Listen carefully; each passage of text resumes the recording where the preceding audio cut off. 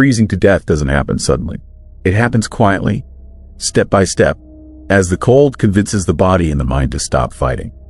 Tonight, you will hear 10 true horror stories from people who froze to death.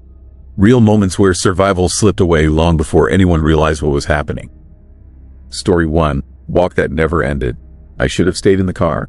That thought loops through my mind now, over and over, like a prayer I'm too late to answer. But on that February night, with my phone dead and the highway empty for miles, getting out seemed like the only choice. The terrifying part is how reasonable it felt at the time. The engine had been making that grinding noise for 20 miles before it finally gave up. One moment I was driving through the darkness of rural Wyoming. The next I was coasting to a stop on the shoulder, watching my headlights dim and die. The silence that followed was absolute. No wind, no cars, just the creaking of cooling metal and my own breathing fogging up the windshield. I remember checking my phone again, even though I knew it was dead.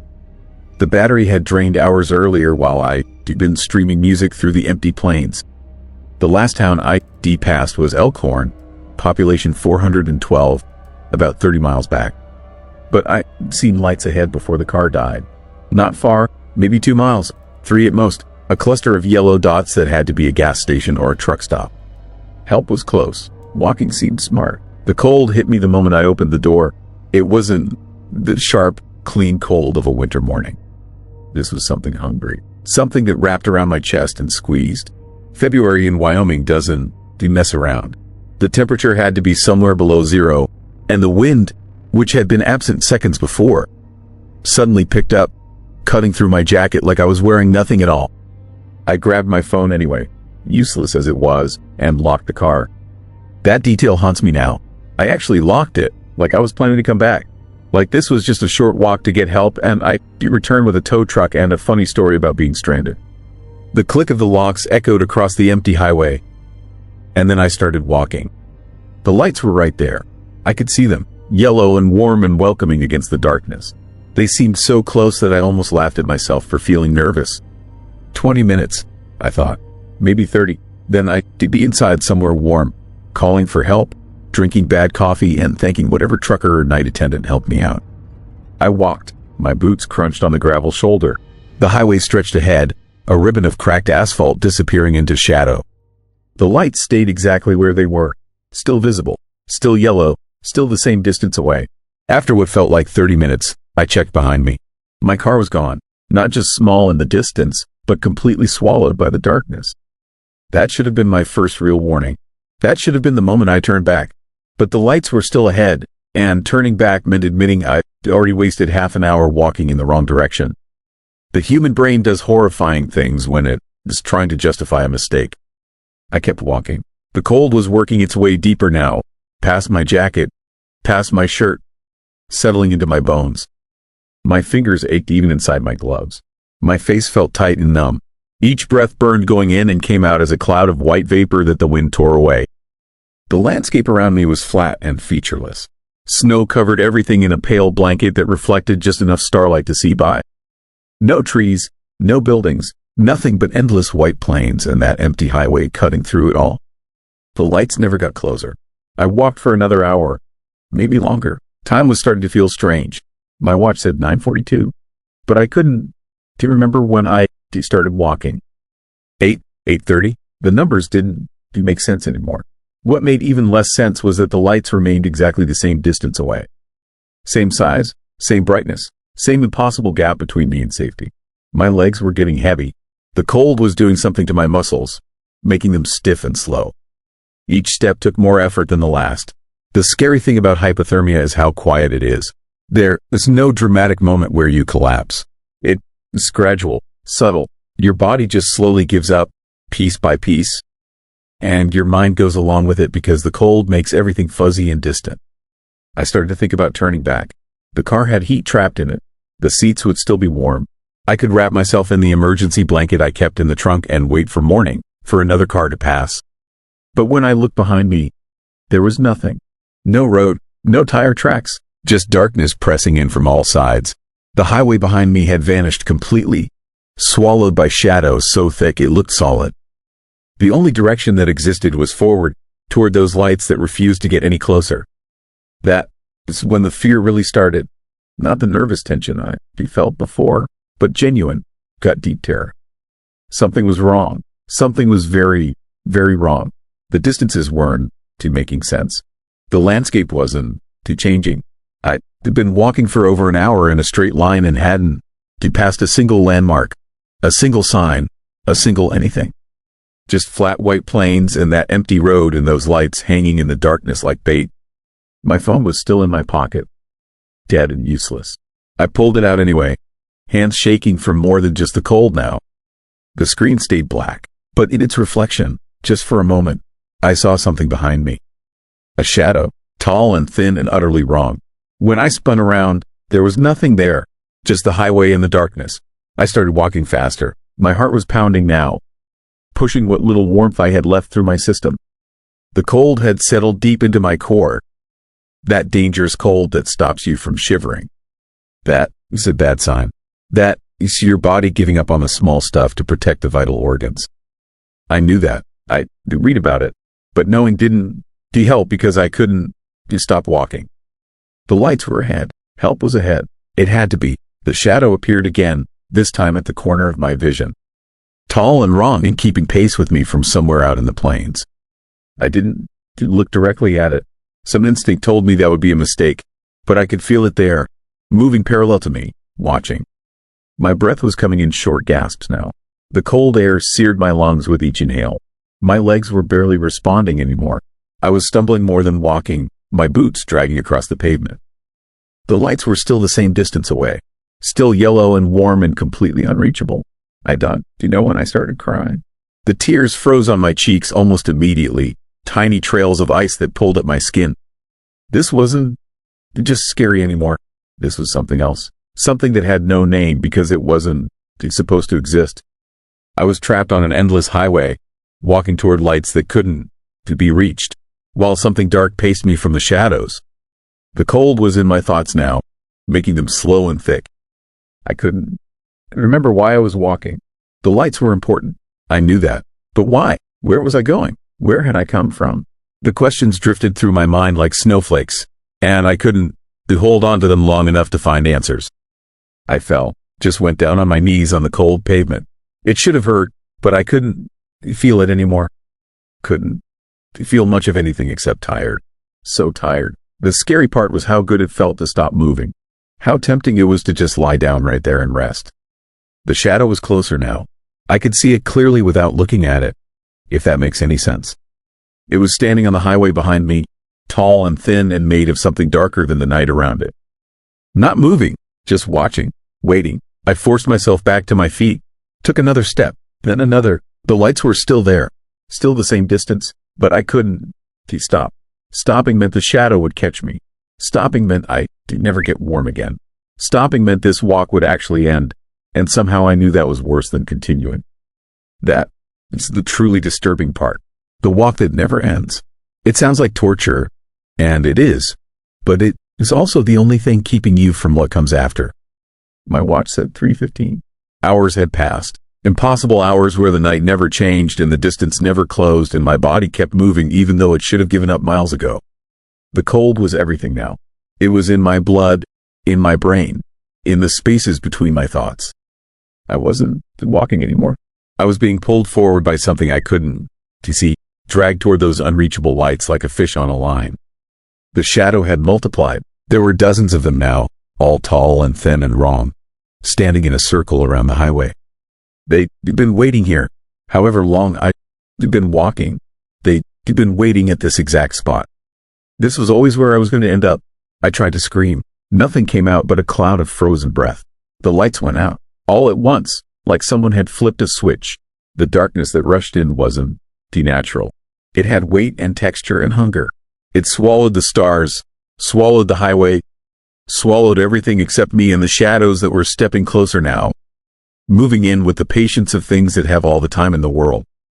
I don't remember falling the last time. I don't remember the cold finally winning. What I remember is the moment of clarity that came right at the end, when my freezing brain finally understood what was happening. The lights were never a gas station. They were never help. They were just the lure, the bait that gets you walking, gets you away from safety, gets you deep enough into the dark that there is no way back.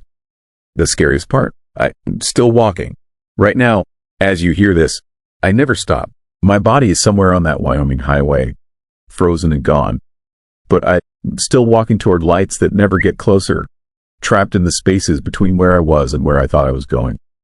The cold doesn't hurt anymore.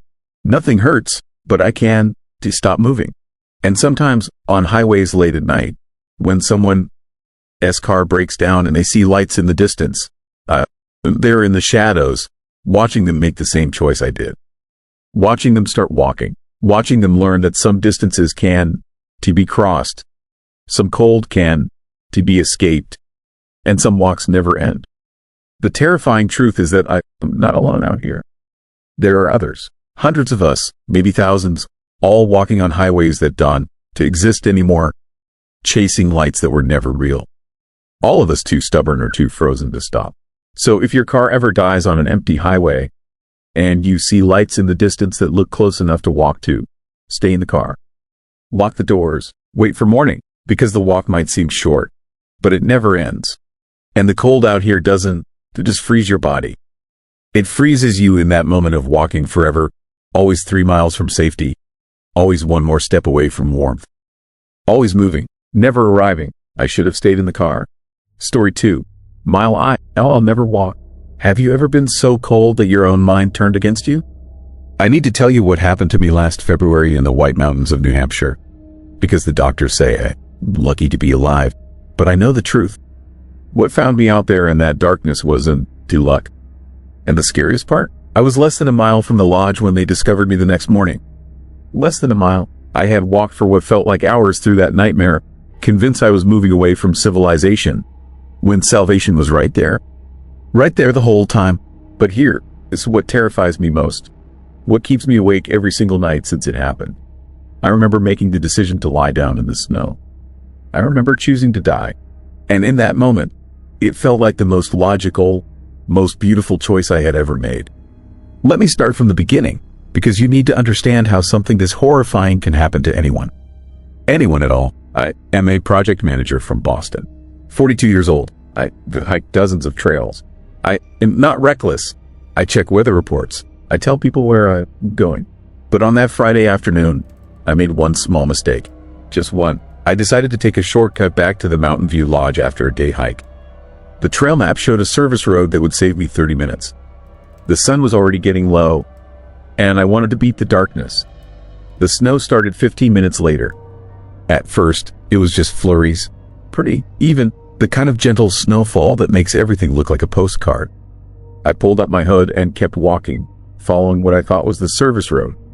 The tree cover was thick overhead, turning the late afternoon into premature twilight.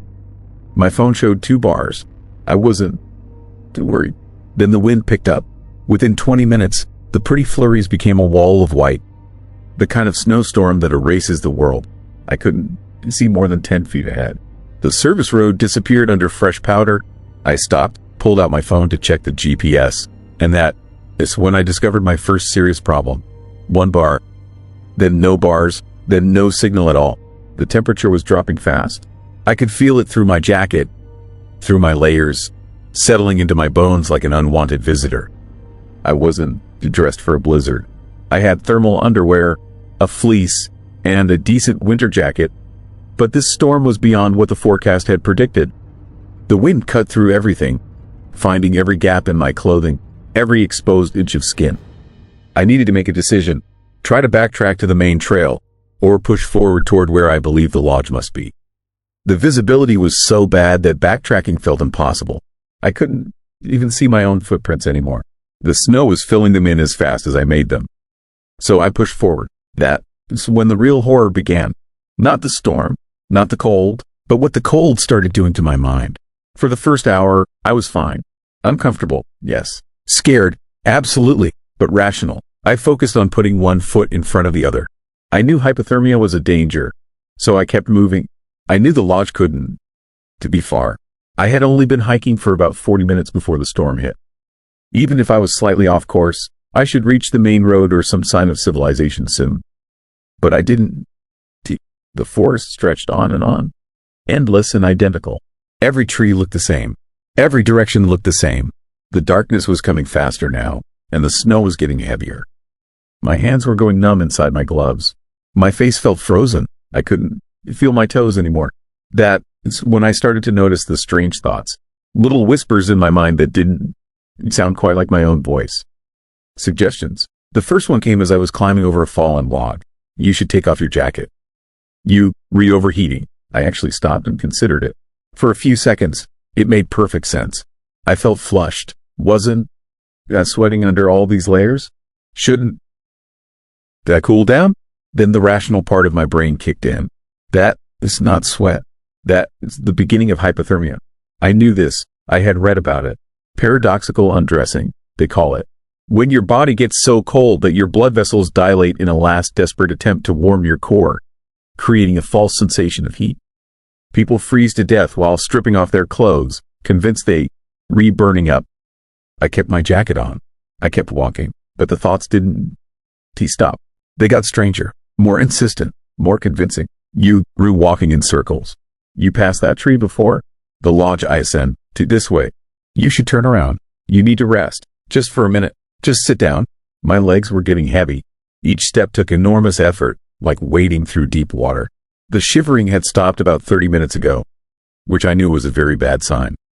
When your body is too cold to shiver, you're in serious danger. But I couldn't seem to care anymore. The urgency was fading. Everything was becoming soft and distant. The darkness was complete now. My phone, this flashlight barely penetrated the swirling snow. The battery was at 15%. I thought about calling for help, but who would I call? There was no signal, and even if I got through, how would I tell them where I was? I didn't know where I was. I didn't know anything anymore. That is when I saw the lights. Small, flickering, orange and warm, like candles or lanterns, moving between the trees about 50 yards ahead. My heart surged with relief so intense it was almost painful. People, a search party, maybe, or other hikers with better sense than me. I tried to call out, but my voice was weak, swallowed immediately by the wind and snow. I stumbled toward the lights, pushing through drifts that came up to my knees. The lights stayed ahead of me, always just out of reach, weaving through the trees. I followed them for what felt like a long time, maybe 20 minutes, maybe an hour. Time had become elastic and strange. Then they vanished. One moment they were there, dancing in the darkness. The next moment, nothing. Just trees and snow and the terrible, crushing realization that I had been following something that might not have been real. Hallucinations. Another symptom. I was dying out here. The thought should have terrified me, but instead I felt a weird kind of calm. A peaceful acceptance. My body was shutting down. My core temperature had dropped too far. I knew this intellectually, the same way I knew my name or my address, but the information felt distant and unimportant. I needed to rest. Just for a moment, I found a spot where the snow had drifted against a large pine tree, creating a small hollow. It looked cozy, inviting, like a little cave. I sat down in it, and the relief was immediate and overwhelming. The wind couldn't reach me here. The snow wasn't hitting my face anymore. I could finally stop moving, stop fighting, stop trying so hard. This is where it gets difficult to explain, where the horror really lives. Because sitting there in that hollow, I felt better than I had felt in hours. Maybe better than I had felt in months. All the stress and worry and fear just melted away. I wasn't cold anymore. I was comfortable. I was warm. I was home. The snow around me looked soft and welcoming, like a blanket, like a bed. I had this beautiful, peaceful thought. I could just lie down. I could close my eyes. I could sleep. Everything would be okay if I just slept. And here is the truly terrifying part, the part that haunts me every single day. I knew I was dying. Some small, distant part of my brain was screaming at me, telling me that lying down in the snow meant death. But the voice was so far away, and this new voice, this warm and loving voice, was so much louder and more convincing. They've done enough, it whispered. They tried so hard. You can rest now. You deserve to rest. It wasn't frightening. It was seductive. It was the most comforting thing I had ever heard. I lay down in the snow. I remember feeling grateful. Actually grateful. The cold had convinced me that freezing to death was a gift. A mercy. My body was shutting down. My organs failing. My brain dying. And all I felt was this deep, profound sense of peace and relief. I close my eyes. The next thing I remember is pain. Horrible, searing pain. Hands on me. Voices shouting. Something bright and terrible burning into my eyelids. I tried to push it away. I wanted to go back to the peaceful darkness. Why wouldn't they let me go back? She is still alive. They got a pulse. I spent 3 days in the hospital. Severe hypothermia. Frostbite on my fingers and toes. They said I was about 30 minutes away from death when they found me. A snowmobile patrol had been searching the woods, and one of them spotted a dark shape against the snow. Me, curled up in that hollow. Less than a mile from the lodge. Less than a mile. The GPS data from my phone, recovered later, showed my path that night. I had walked in an enormous, irregular circle. I had passed within 200 yards of the main road at one point. The lights I followed, they think, were probably real, probably other search parties, but I had been too disoriented to realize what they were. I had run away from my rescuers, but none of that is what keeps me awake at night.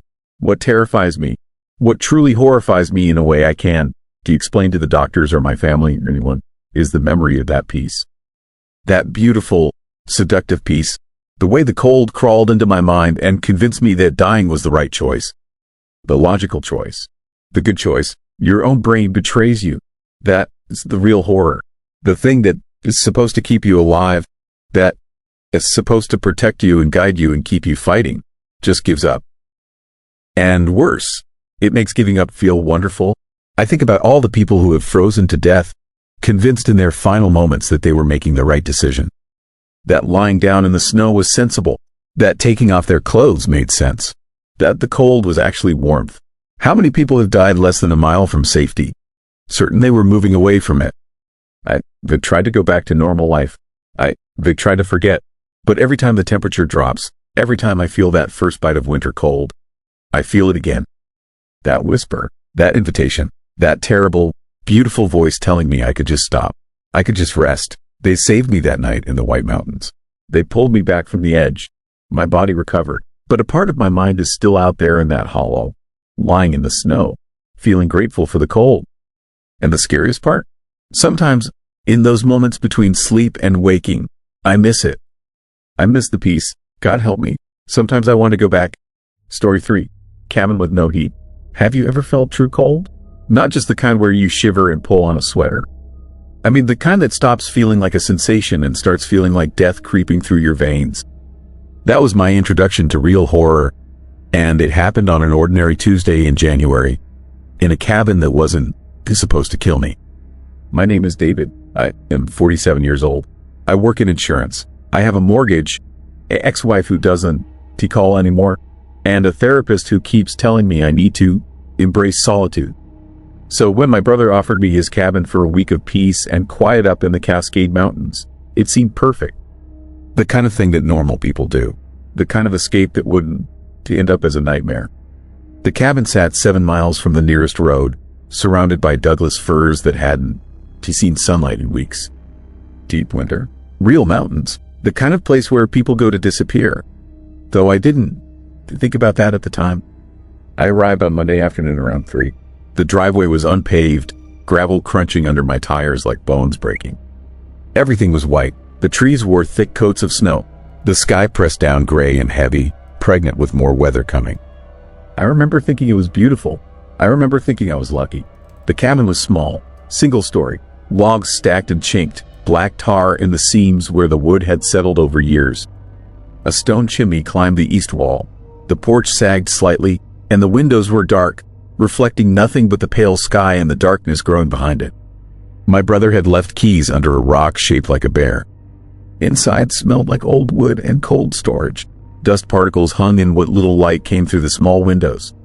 The living room had a stone fireplace with a grate and fireplace tools hanging useless beside it. The kitchen was basic, sparse, just enough equipment to survive. And the bedroom was narrow, with a full-size bed that looked comfortable enough. But the heat came from oil.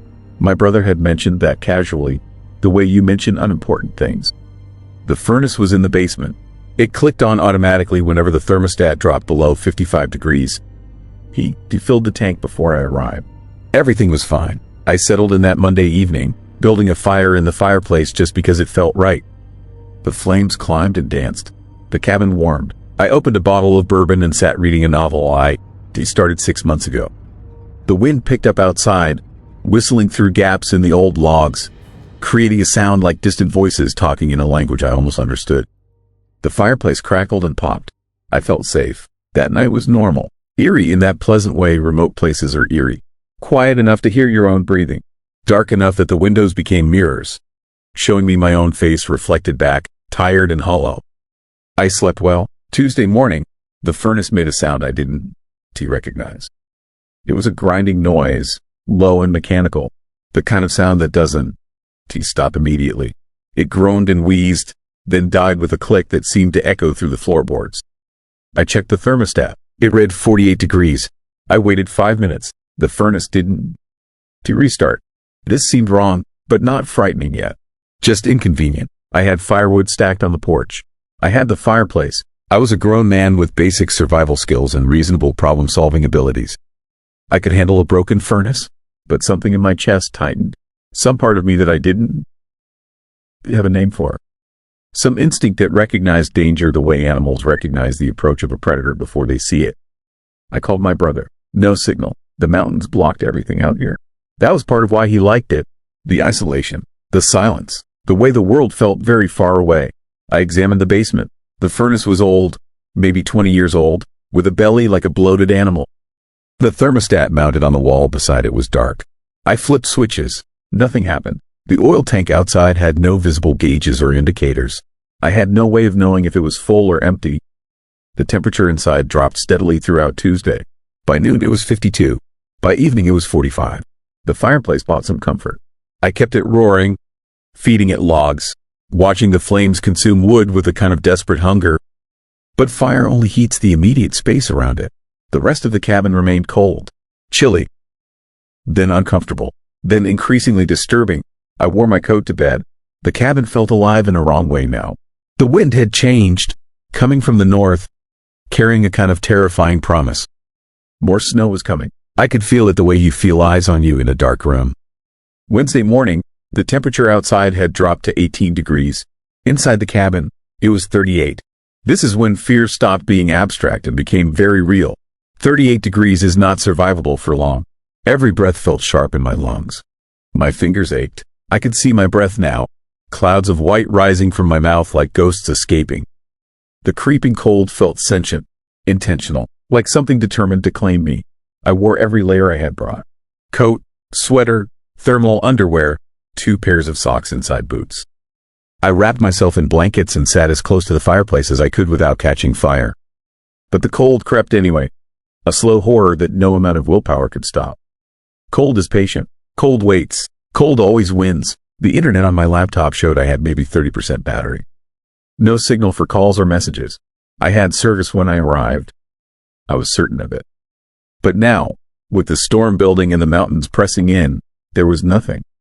Just the terrifying realization that I was completely alone. I tried to ration the firewood. This seemed smart at the time. There was a stack on the porch, maybe 12 full cords, which seemed like a lot until I realized how fast a fireplace consumes wood. The fire that felt safe also felt like it was burning away my lifespan in hours. By evening, snow was falling in thick, heavy sheets. The wind had picked up to something genuinely frightening, buffeting the cabin with gusts that made the whole structure creak. The windows frosted over from the inside, the moisture from my breath crystallizing on the glass in patterns that looked like screaming mouths and grasping hands. Probably just my imagination. Probably just the way scared people see things. The temperature inside dropped to 32 degrees. The inside temperature matched freezing. This was horrifying. This was when the nightmare turned from abstract worry into concrete, tangible danger. My hands shook, not just from cold, though cold was certainly part of it. The shaking came from a deeper place. Primitive fear, the kind of fear that recognized I might not survive this. That modern men like me, men from the city with gym memberships and dental insurance, could actually die from something as simple as cold. I tried the truck. Dead. The battery had drained somehow.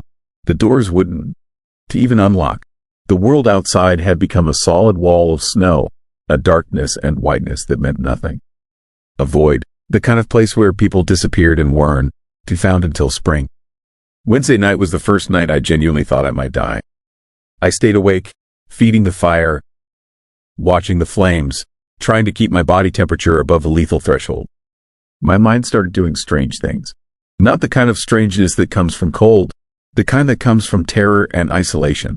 I found myself talking to myself, narrating things, telling myself I was going to survive this, telling myself help was coming, telling myself all the lies that keep people sane.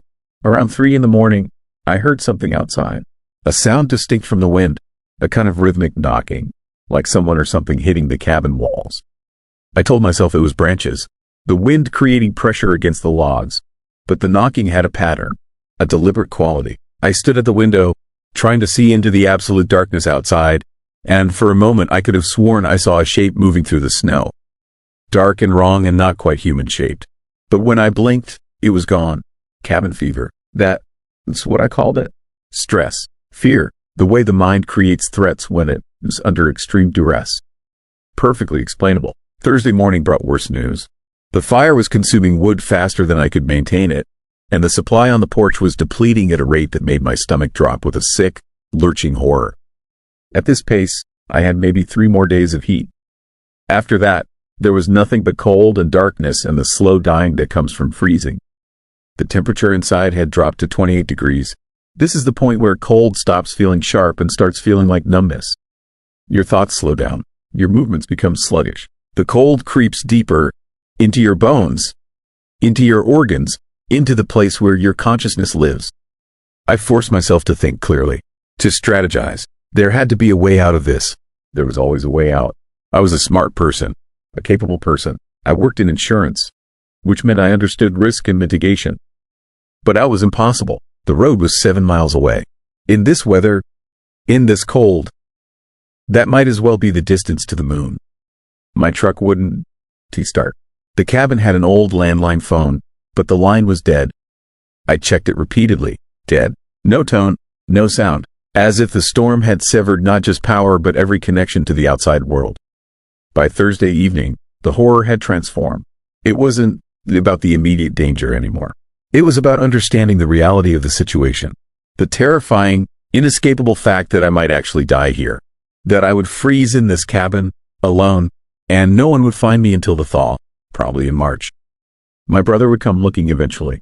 He'd find my body, frozen and stiff, sitting by the dead fireplace.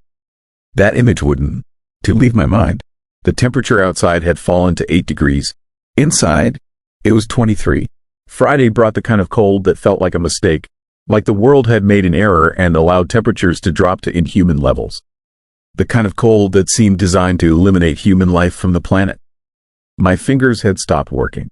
I could barely grasp wood to feed the fire. My feet were numb despite the boots and socks. My breath came in shallow pulls because deep breathing felt like needles in my lungs. And the wood was nearly gone. I had maybe 20 hours of fire left. Maybe less if I tried to stretch it by using smaller pieces. After that, there was only the cabin walls around me and the expanding darkness and cold. This is when I stopped trying to think of solutions and started trying to accept what was coming. This is what horror really is. Not blood or monsters or things that jump out of shadows.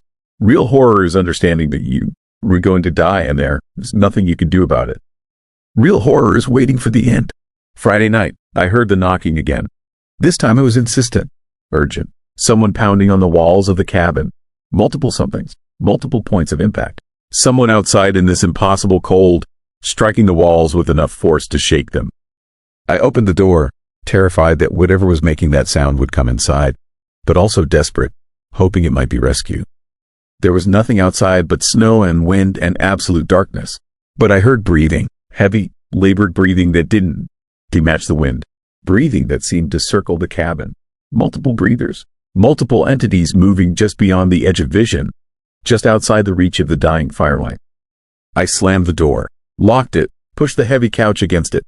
This was paranoia. This was the mind breaking under stress. This was cold-induced hallucination. But I couldn't make myself believe that.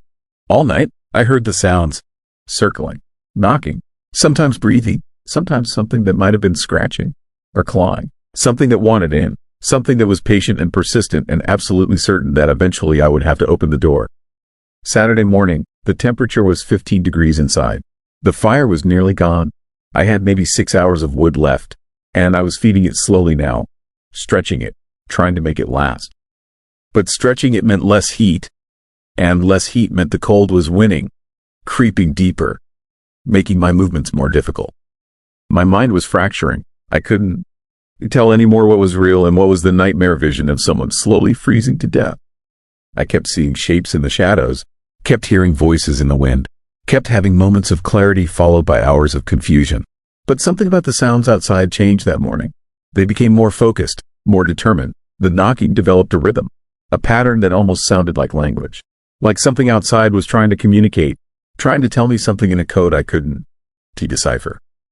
And I realized, in a moment of horrible clarity, that the sounds had been coming since Wednesday night.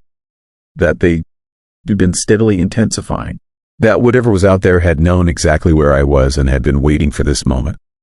Waiting for me to weaken. Waiting for the cold to do most of its work. Saturday afternoon, I found the photos. They were in a drawer in the bedroom, hidden beneath old blankets. Pictures of the cabin. My brother? His cabin. In them, the furnace was sitting open, its interior exposed, and my brother was standing beside it with a smile that didn't to reach his eyes. A smile that looked like someone wearing a human face over something else. But my brother hadn't. He visited this cabin in 3 years. He told me the furnace worked perfectly. He insisted the week would be peaceful. In another photo, I saw something worse. Outside the cabin, barely visible in deep snow, were figures. Tall, wrong-shaped, with joints that bent in directions that human joints don't bend. Dozens of them, surrounding the cabin, facing it. And the date on the photo was recent. Within the last month. My hands shook so badly I nearly dropped the photos. This couldn't be real. This was fever dream. This was the cold breaking my mind. But the photos were real, solid in my hands, proof of something I couldn't explain. That night, Saturday night, the fire finally died completely. I had used every piece of firewood. There was nothing left. The cabin fell into absolute darkness, except for the pale glow of starlight coming through the frosted windows. The temperature began dropping immediately. 20 degrees, 15 degrees, dropping with a kind of relentless finality. And the sounds outside stopped. This was somehow worse than the knocking. The silence felt pregnant with anticipation, like something was finally ready, like the waiting was over. I wrapped myself in every blanket in the cabin. I huddled on the couch, and I waited for the cold to take me. I waited for the creeping darkness that would come as my body temperature dropped past the point of consciousness. I thought about my ex-wife. I thought about my therapist suggesting I embrace solitude. I thought about how I come here looking for peace and found instead the most terrifying thing imaginable. The knowledge of my own mortality. The understanding that civilization and safety are thin illusions that dissolve the moment you are truly alone. Around midnight, I heard something different. A vehicle, an engine, a truck, approaching through the snow. I've been hearing things all night, so I didn't trust it at first. But the sound got louder, more real. It definitely became a truck pulling up to the cabin. I opened the door with numb fingers. The cold hit like a physical force, like something alive and hungry. A man stood outside, tall, wrong proportion, wearing clothes that hung on his frame in a way that suggested the frame underneath wasn't quite right. His face was familiar. It took me a moment to place it. It was my brother, but not quite. The smile was the same smile from the photographs, and his eyes didn't reflect light the way human eyes should. He told me he'd come to get me, that my time at the cabin was over, that the others were ready to leave. I didn't ask what he meant. I didn't ask about the photographs or the figures in the snow or what he'd done to my truck or the furnace. I just walked out into the cold with this thing that wore my brother's face, and I got into the truck. As we drove away, I looked back at the cabin. It was completely dark now, empty, but as we turned the corner, I could see shapes emerging from the forest. Dozens of them, hundreds, the same wrong shapes from the photographs, converging on the cabin, moving with a terrible purpose. I am writing this now, and I don't know where I am. I am in a basement, I think, underground. There are others here, men and women, and they were not quite right either. We move slowly, deliberately, with the kind of coordination that doesn't come from thought. The thing that wore my brother's face is walking among us, and when it looks at me, I feel myself changing, becoming less, becoming something else. I keep trying to remember what it was like to be human, what it was like to feel warmth, what it was like to want to survive, but those memories are fading, just like the cold will fade once the transformation is complete. If you, re-listening to this, if you find this account, understand something. The cabin is still there. My brother is still there, wearing that smile. And he is waiting. There are places in these mountains where people go looking for solitude and peace. Remote cabins, isolated houses, forgotten places where the cold cuts deep and the darkness is complete. He has been there a very long time, waiting for people like me. People who want to disappear. People who need escape. And now I'm beginning to understand that the cold was never the real danger. The furnace wasn't broken. It was lured into silence. The isolation wasn't too incidental. It was engineered. The fear wasn't too random.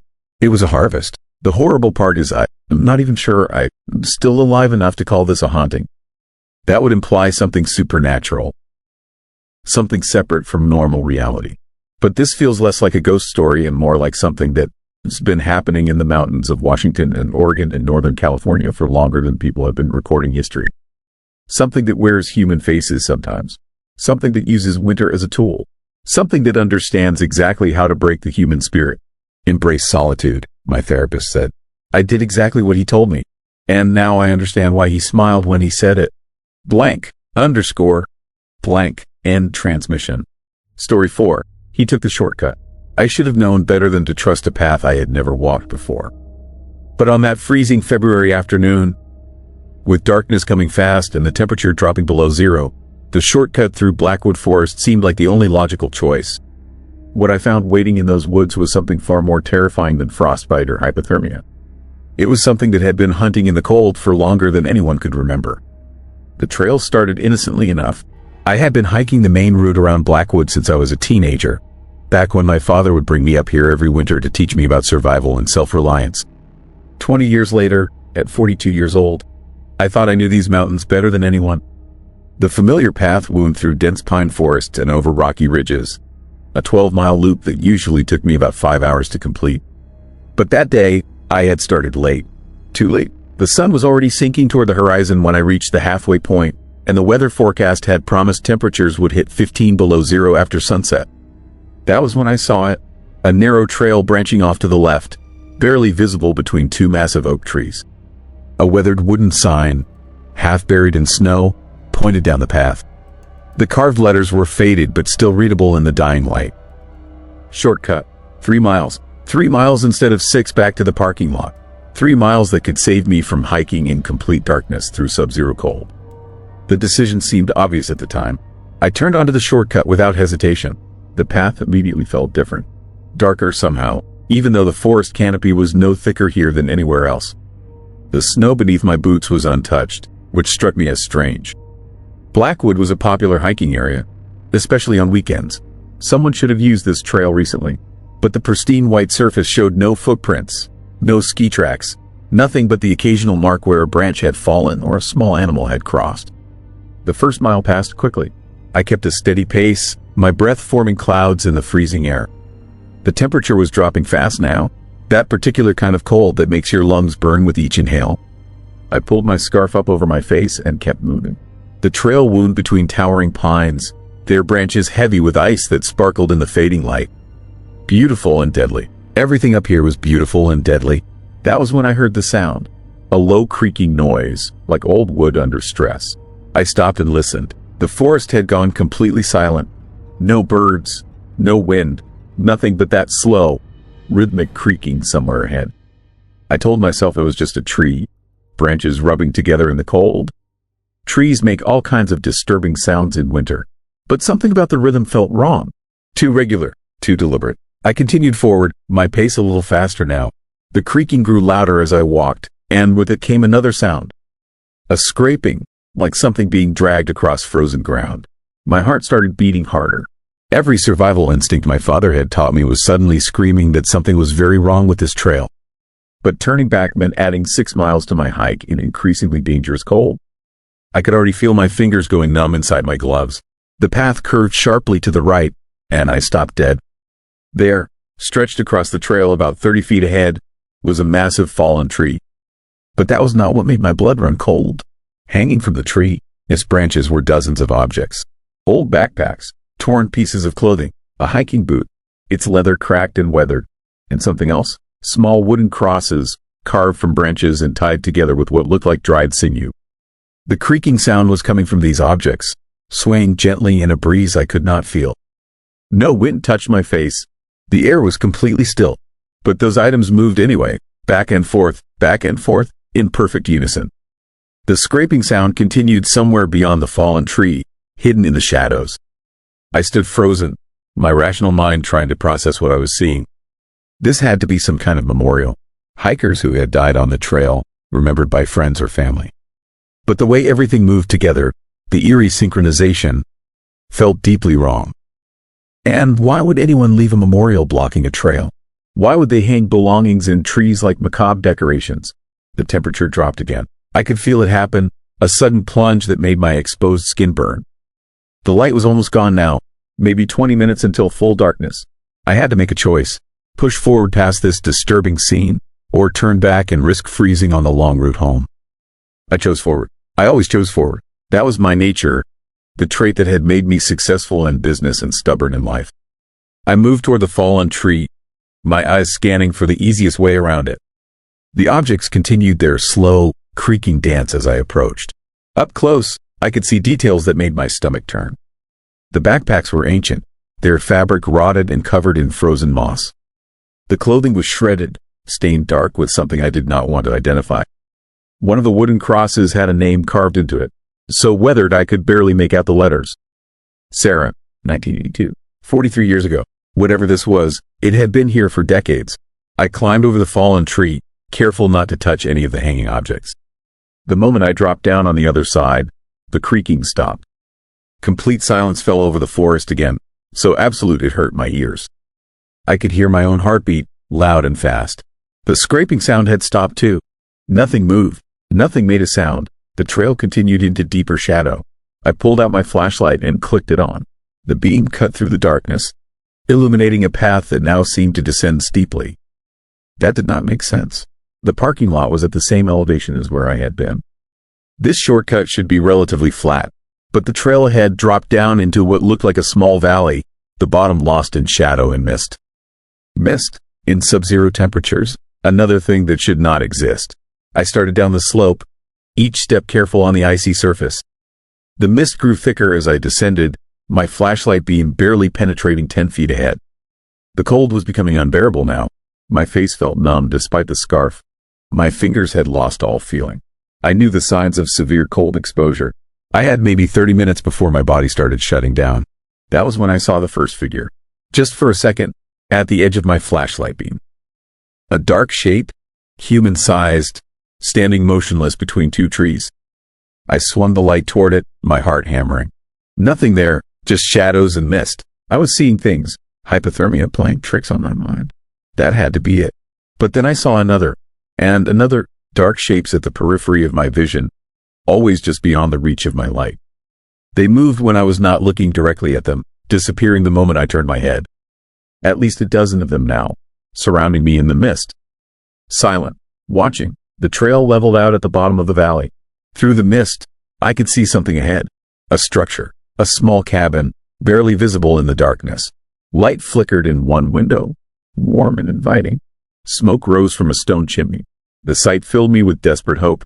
Shelter, warmth, safety. I stumbled toward it, my frozen legs barely responding. The dark figures seemed to move with me, keeping pace at the edges of my vision. I reached the cabin door and pounded on it with numb fists. No answer. I tried the handle, unlocked. I pushed inside and slammed the door behind me. The warmth hit me like a physical force. A fire crackled in the stone fireplace, filling the small space with blessed heat. I staggered toward it, pulling off my gloves to warm my frozen hands. That was when I noticed the details. The cabin was old, very old. The furniture was handmade, rough-hewn from logs. Oil lamps provided light, no electricity, no modern amenities, and on the walls, dozens of photographs. Black and white images of people in old-fashioned clothing. Hikers, some smiling at the camera, some looking frightened, all of them standing on a familiar trail. My trail, the shortcut. Below each photograph was a date and a temperature reading. March 1967, minus 12 degrees. January 1975, minus 18 degrees. February 1982, minus 20 degrees. The dates went back over 100 years, and every single one recorded temperatures below zero. My blood turned to ice despite the fire. This warmth. I moved along the wall, looking at face after face. The most recent photograph showed a young woman, maybe 30 years old, wearing a modern Gore-Tex jacket. The date below read, February 2023, minus 15 degrees. 2 years ago, the last person to take the shortcut. I spun around, searching for another exit. There had to be a back door, but the cabin had only one door, the one I had entered through. And now, through the window, I could see them clearly. The dark figures, no longer hiding at the edges of vision. They surrounded the cabin, dozens of them, their forms more solid now in the firelight. They wore the tattered remains of hiking clothes from different eras. Their faces were pale and frozen, eyes dark hollows. They did not move. They just stood there, waiting. The fire began to die. I could see it happening. The flames shrinking despite plenty of wood in the fireplace. The temperature inside the cabin started to drop. My breath became visible again. Frost began forming on the inside of the windows. The warmth had been an illusion, a trap, just like the trail. I understood now. The shortcut was not a path. It was a hunting ground. Something ancient lived in this valley, something that fed on the cold and the lost. It had been luring hikers here for over a century, promising a faster route, then trapping them when the temperature dropped low enough. The cold was not just weather. It was a tool, a weapon. The figures outside pressed closer to the windows. I could see their mouths now, open in silent screams. They had all taken the shortcut. They had all thought they were making the logical choice. And now they were part of whatever haunted this place, forever frozen in the moment of their terrible realization. The fire went out completely. Darkness filled the cabin except for pale moonlight through the windows. The cold became absolute, far beyond anything natural. My thoughts began to slow, that dangerous fog that comes before hypothermia takes you. I tried to move toward the door, but my legs would not respond. I was freezing from the inside out. The cabin door opened on its own. One of the figures stood in the doorway, backlit by the moon. It looked almost human. Almost. It gestured for me to follow, back out into the mist, back onto the trail that would never let me leave. I found my voice then, forcing words through frozen lips. How many? I asked. How many have you taken? The figure tilted its head, and I heard a voice like wind through dead trees. Everyone who trusts the cold. Everyone who thinks they know better. The forest always collects its debt. My flashlight, fallen on the floor, flickered once and died. In that last moment of light, I saw my own reflection in the dark window. My face had already started to change, my skin taking on that pale, frozen quality. My eyes darkening into hollow pits. They found my truck 3 days later in the Blackwood parking lot. The search and rescue team followed my tracks to where the main trail split. But there was no sign of any shortcut. No wooden sign. No narrow path between the oak trees. Just unbroken forest, trees growing so thick that no one could have walked between them. The searchers assumed I had wandered off trail and gotten lost. They assumed the cold had taken me, which I suppose is technically true. But sometimes, on winter nights when the temperature drops below zero, hikers on the main trail report seeing things in the forest. A flickering light in a valley that should not exist. Dark figures moving through the mist. And occasionally, a weathered wooden sign appears between two trees, promising a shortcut that will save time and effort. The sign is always there when someone is running late, when darkness is coming and the temperature is dropping fast. And some people, tired and cold and certain they know these woods, still take that turn. They still make what seems like the logical choice. The forest is patient, the cold is eternal, and the shortcut is always hungry for one more. Story 5. Left outside overnight. The scariest thing about freezing to death is how ordinary it starts. How a simple mistake, something small and stupid, becomes the thing that kills you. I know because the idiot who locked himself out of his own house on the coldest night of the year. And what happened next, what I experienced during those horrifying hours, changed everything I thought I knew about fear and darkness and the things that wait just outside our doors. It was January in upstate New York. The kind of cold that makes the news. The kind weather people warn you about with words like dangerous and deadly. Negative 12 degrees before the wind chill. I lived through plenty of winters, knew how to respect the cold, which is why the whole thing feels so disturbing now. I wasn't some unprepared tourist. I was a 42-year-old man who spent his entire life in Syracuse. I should have known better. I'd taken the trash out around 11:30. Just a quick trip to the bins at the end of my driveway. I was wearing sweatpants, a t-shirt, and slippers. No coat, no hat. The door was right there. 20 seconds, maybe 30, and I to be back inside where it was warm. Except the door had a security feature. One of those automatic locks that engages if you close it without the handle turned. My wife Sarah had installed it after a break-in scare the previous summer. Great for security, terrifying for idiots like me who weren't paying attention. The click of that lock echoed in the quiet night like a gunshot. I stood there on my front porch, trash bag still in hand, staring at the door with that sinking feeling you get when you realize you've done something monumentally stupid. My phone was inside. My keys were inside. Sarah was inside, asleep upstairs with her earplugs in because I snored. She wouldn't hear me knocking. She never did. The cold hit me then. Really hit me. It wasn't just chilly or uncomfortable. It was aggressive, almost angry, wrapping around my exposed skin like something alive. My breath came out in clouds so thick I could barely see through them. The wind picked up, cutting through my t-shirt like it wasn't even there. I had maybe 10 minutes before this stopped being annoying and started being dangerous. I tried the door anyway, pulling and pushing and twisting the handle even though I knew it was locked. Then I knocked, soft at first, then harder, then pounding with both fists until my hands ached. Nothing. The house stayed dark and silent. Sarah was 3 floors up in our bedroom, dead to the world. The creepy part was how normal everything looked through the windows. I could see our living room, the couch where I'd been sitting 20 minutes ago, the TV on standby mode, the lamp we always left on.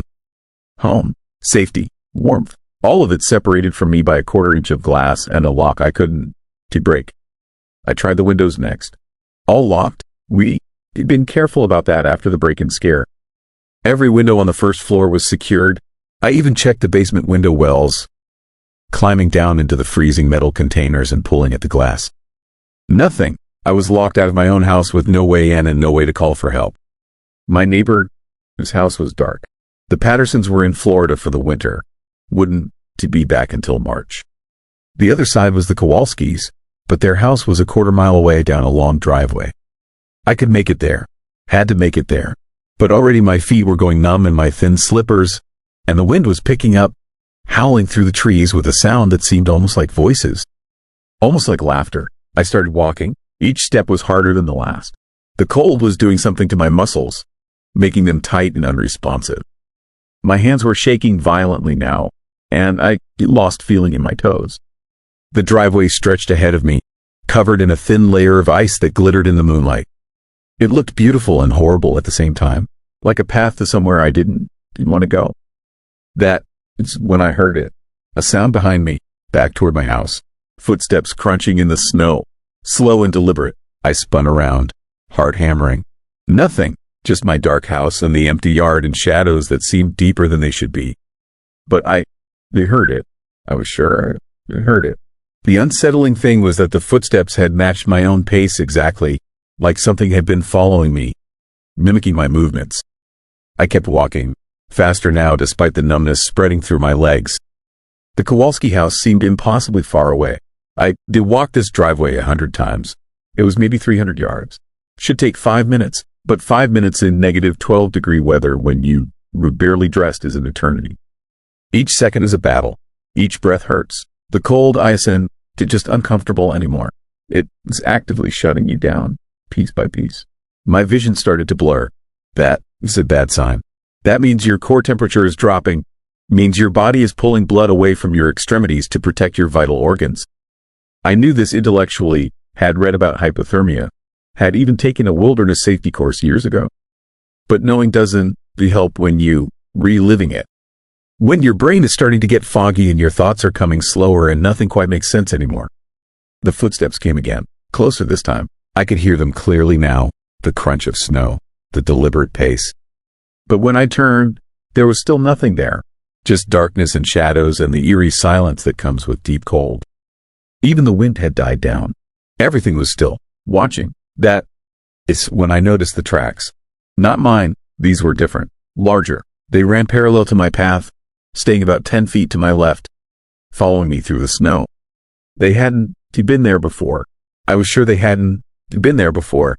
but now they stretched back toward my house and forward toward where I was heading, like something had always been walking beside me, just out of sight. The fear that hit me then was different from the fear of freezing. This was primal. This was the fear that lived in human DNA from when we were prey animals, when things hunted us in the dark. I started to run, tried to run. My legs barely cooperated. I was stumbling, lurching forward more than running, my breath coming in ragged gasps that sent spikes of pain through my chest. The Kowalski house wasn't getting closer.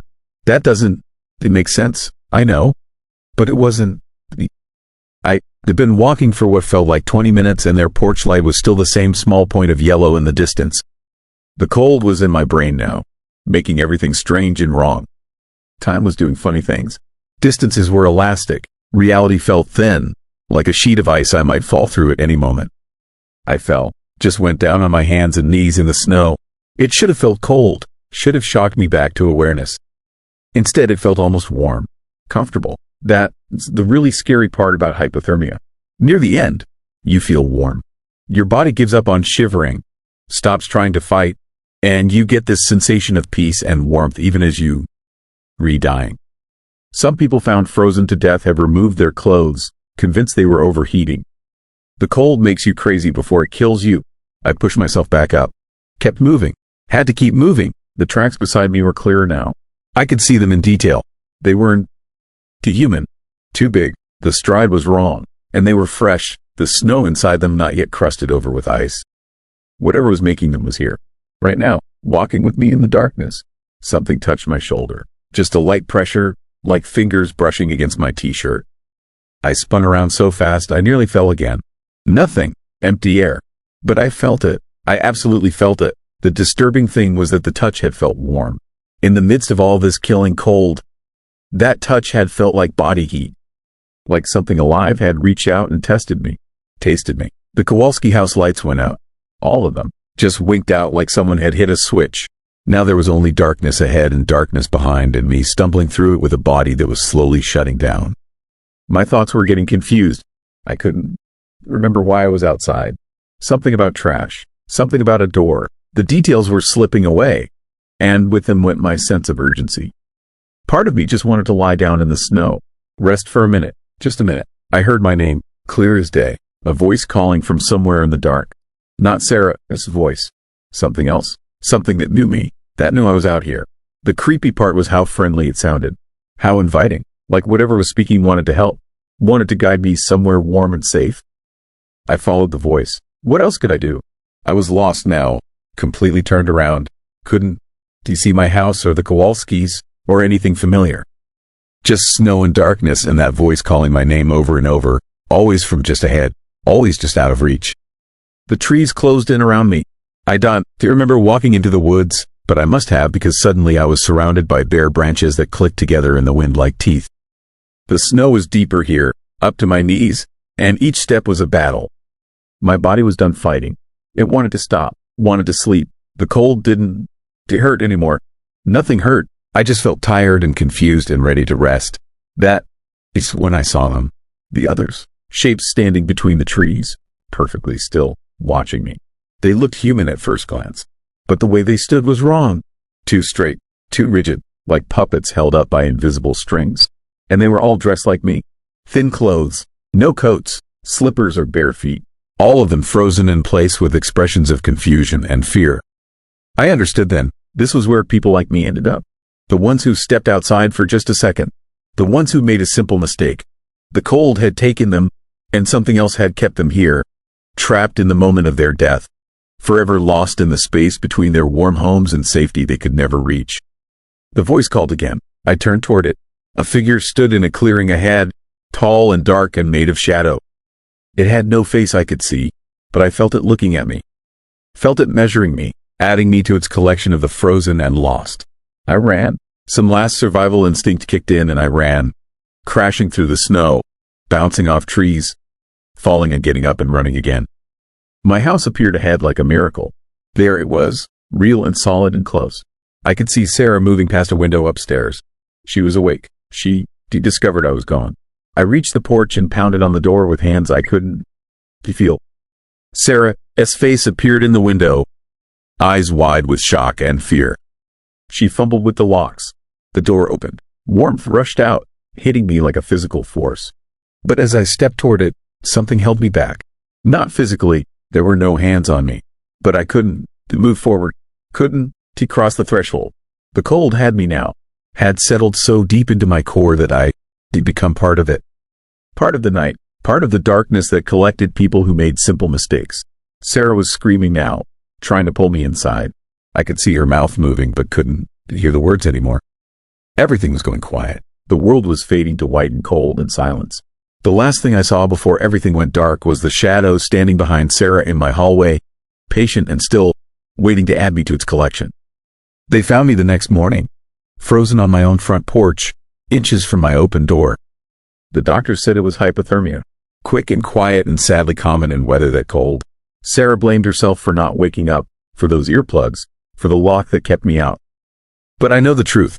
The cold didn't just kill me.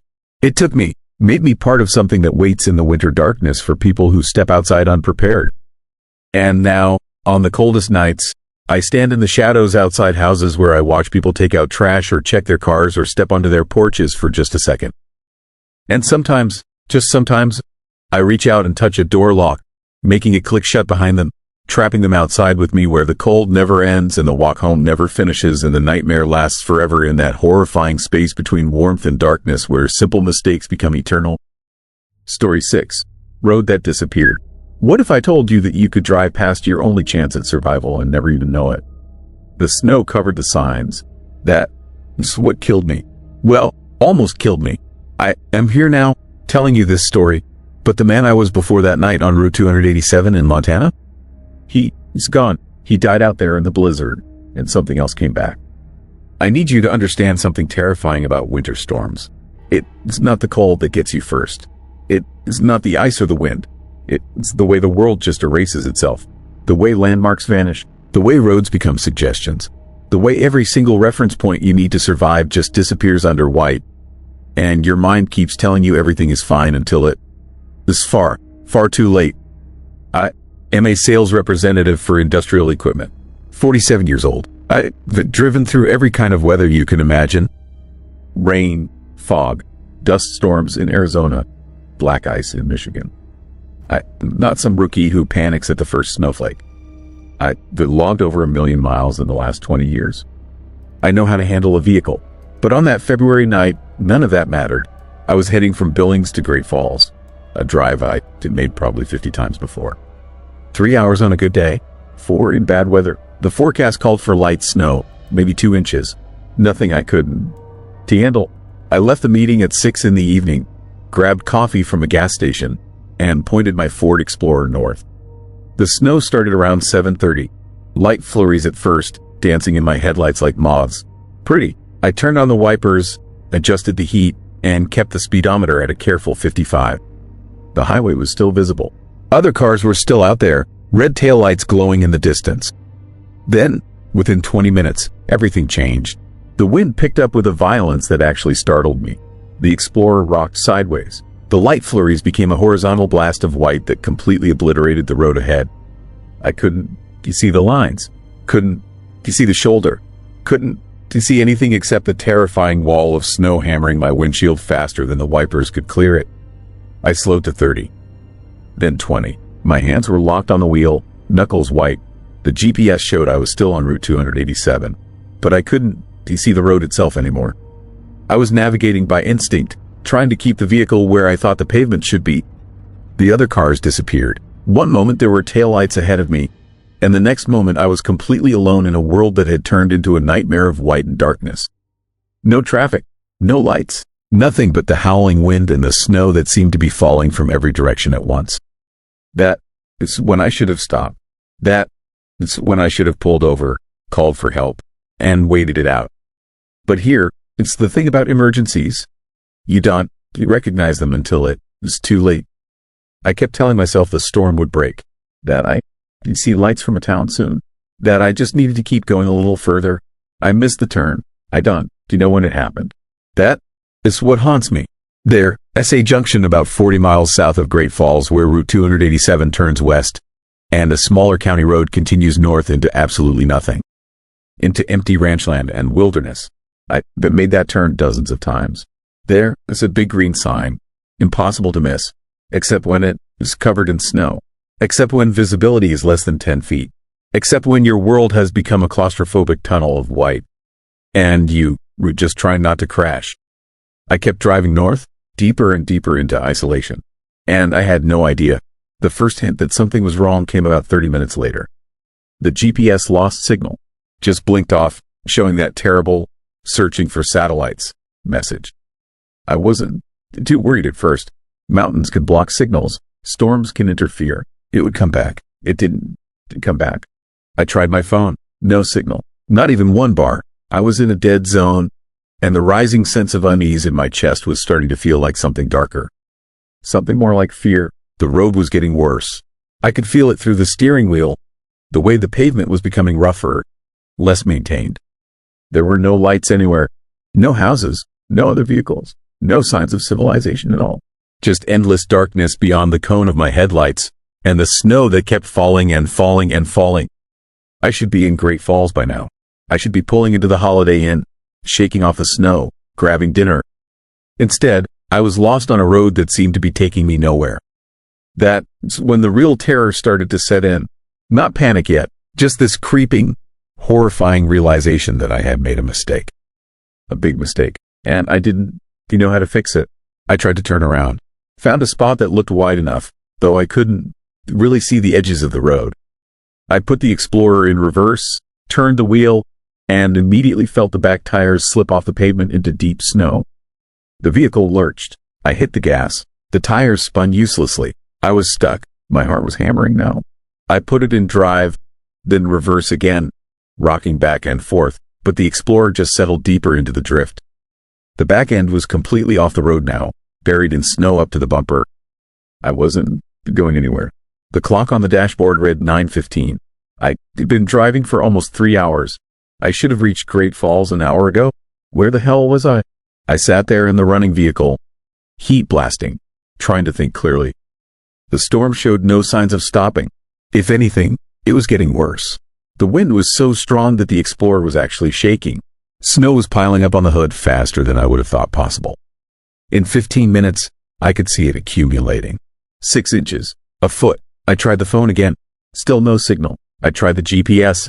Still searching. I was cut off, isolated, alone in a blizzard with no way to communicate and no idea where I was.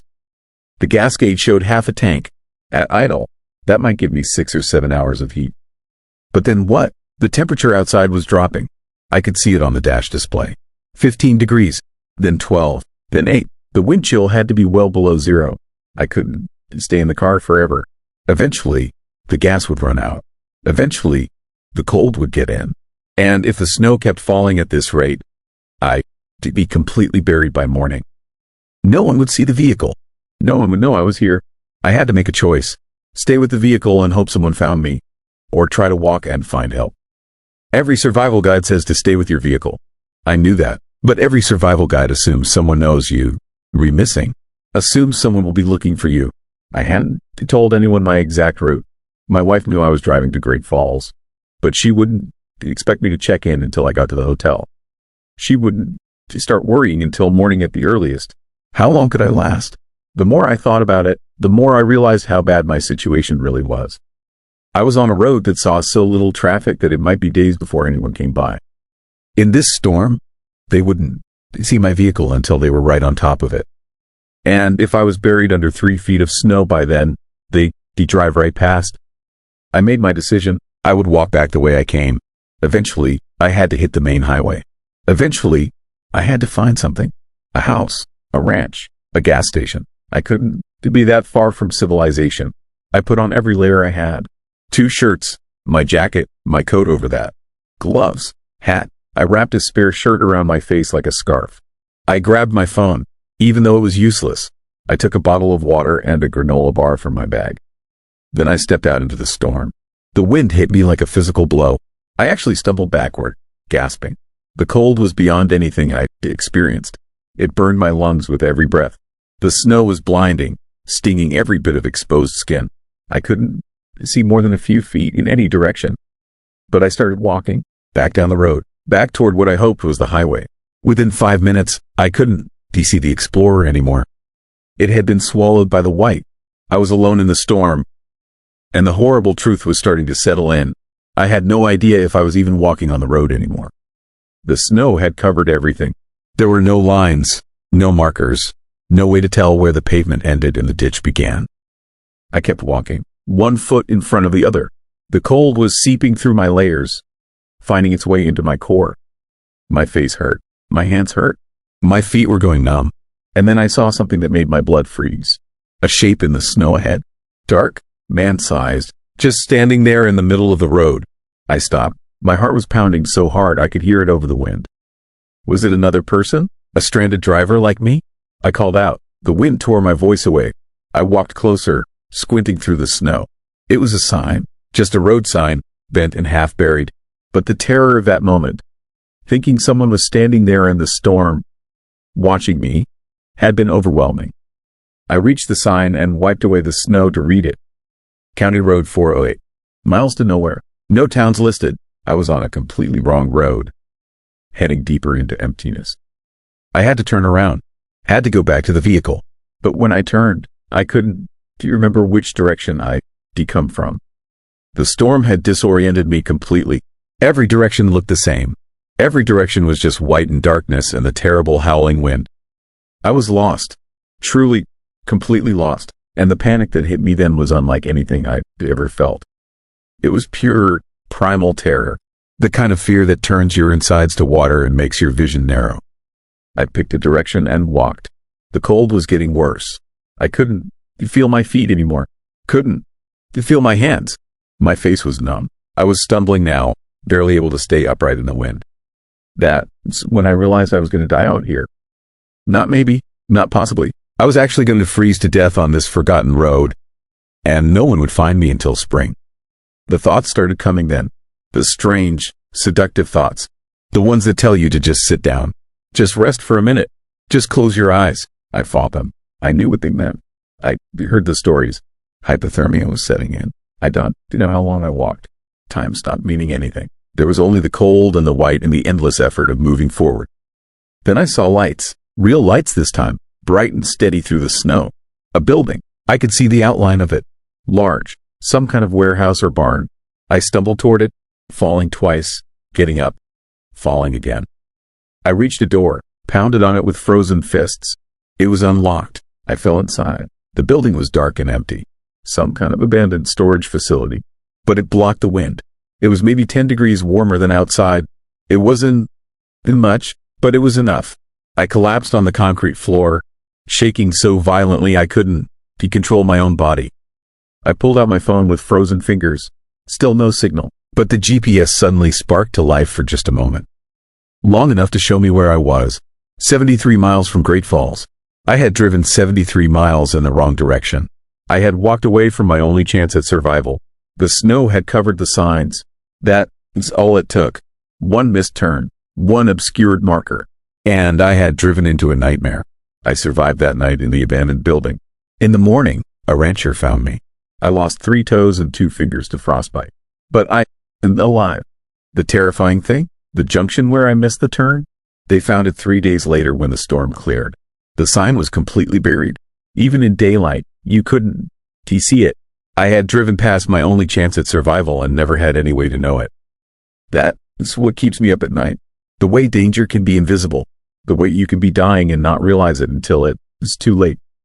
The way the world can erase the very things you need to survive. And your mind just keeps telling you to keep going. Keep going. Deeper into the darkness. Story 7. No one heard him. What if you woke up in the middle of nowhere with no memory of how you got there? What if the only way out was down a mountain road in the dark, and every step took you deeper into something terrifying? I'm going to tell you what happened to me that night. The night everything changed. The night I learned that some places don't want you to leave. My name is Michael. I am a man who makes reasonable choices. I have a job, a home in the suburbs, a truck that runs fine.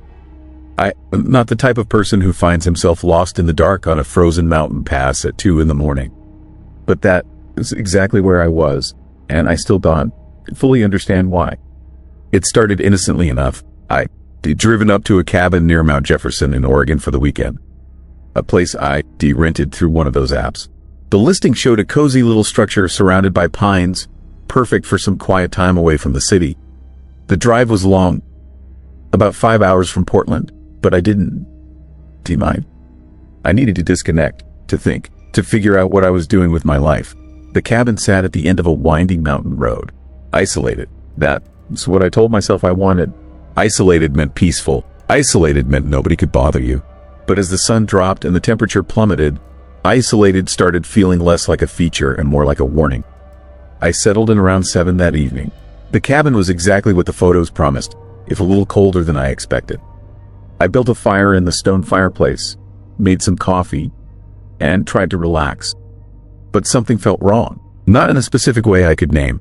Just a sensation, like the air inside the cabin was too thick, like I wasn't breathing properly. The shadows in the corners seemed to move when I wasn't looking directly at them. A creepy, unsettling feeling that I couldn't quite shake. Around midnight, I decided to take a walk. I know that sounds ridiculous now, walking into the dark woods, alone, in freezing temperatures. But I thought fresh air might clear my head, might make the eerie sensation go away. I grabbed my jacket, left the cabin door unlocked because I'd only be gone 15 minutes, and stepped out into the night. The forest was beautiful under the moonlight. Haunted, in a way, but beautiful. Silver light filtered through the pines and made the snow glow like something alive. I walked maybe a quarter mile from the cabin, following a narrow path I couldn't quite see, but somehow knew was there. The silence was profound. No cars, no city sounds, no hum of electricity. Just the crunch of snow under my boots and my own breathing. Then I heard it, a sound from somewhere deeper in the trees. Not an animal sound, something else. Something that sounded almost like a voice, but distorted, wrong. The kind of noise that doesn't belong in nature. I stopped walking and turned toward it, but the forest was too dark to see anything past a few feet. The creepy feeling from the cabin intensified. My heart rate climbed. I called out. No response. I called again, louder this time, and that is when the wind picked up.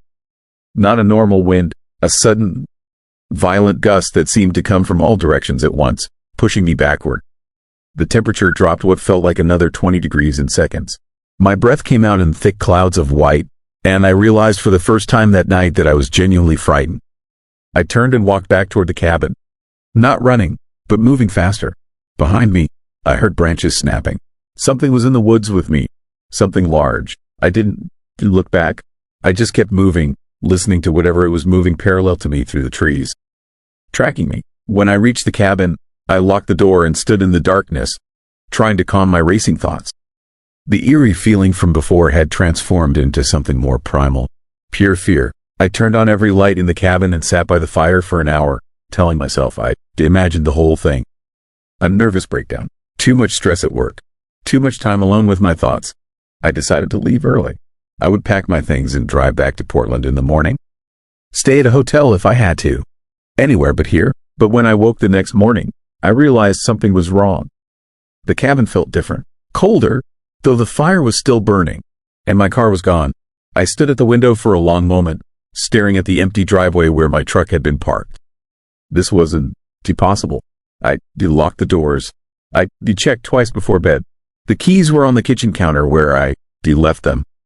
Yet my truck had simply vanished into the dark. The terrifying realization hit me then. This wasn't the place where you could leave. Some places are like that. They read about them. Haunted places, disturbing locations, places that keep people. I thought those stories were nonsense, the kind of thing people tell each other around campfires.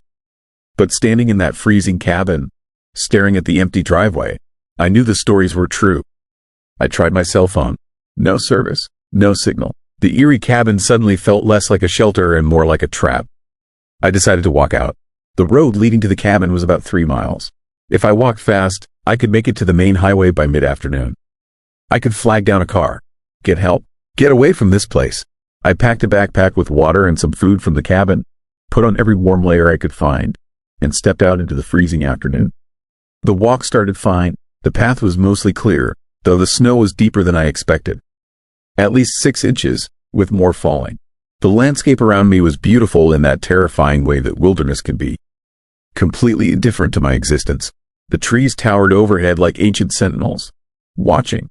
Their branches were heavy with snow and ice, and sometimes chunks would fall and crash through the forest with a sound that made my heart jump. After about an hour, I realized something horrifying. The landscape hadn't changed.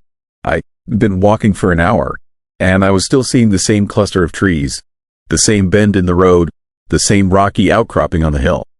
At first, I told myself I was confused, but I marked a tree with a scratch from a rock, kept walking, and found that exact same tree an hour later.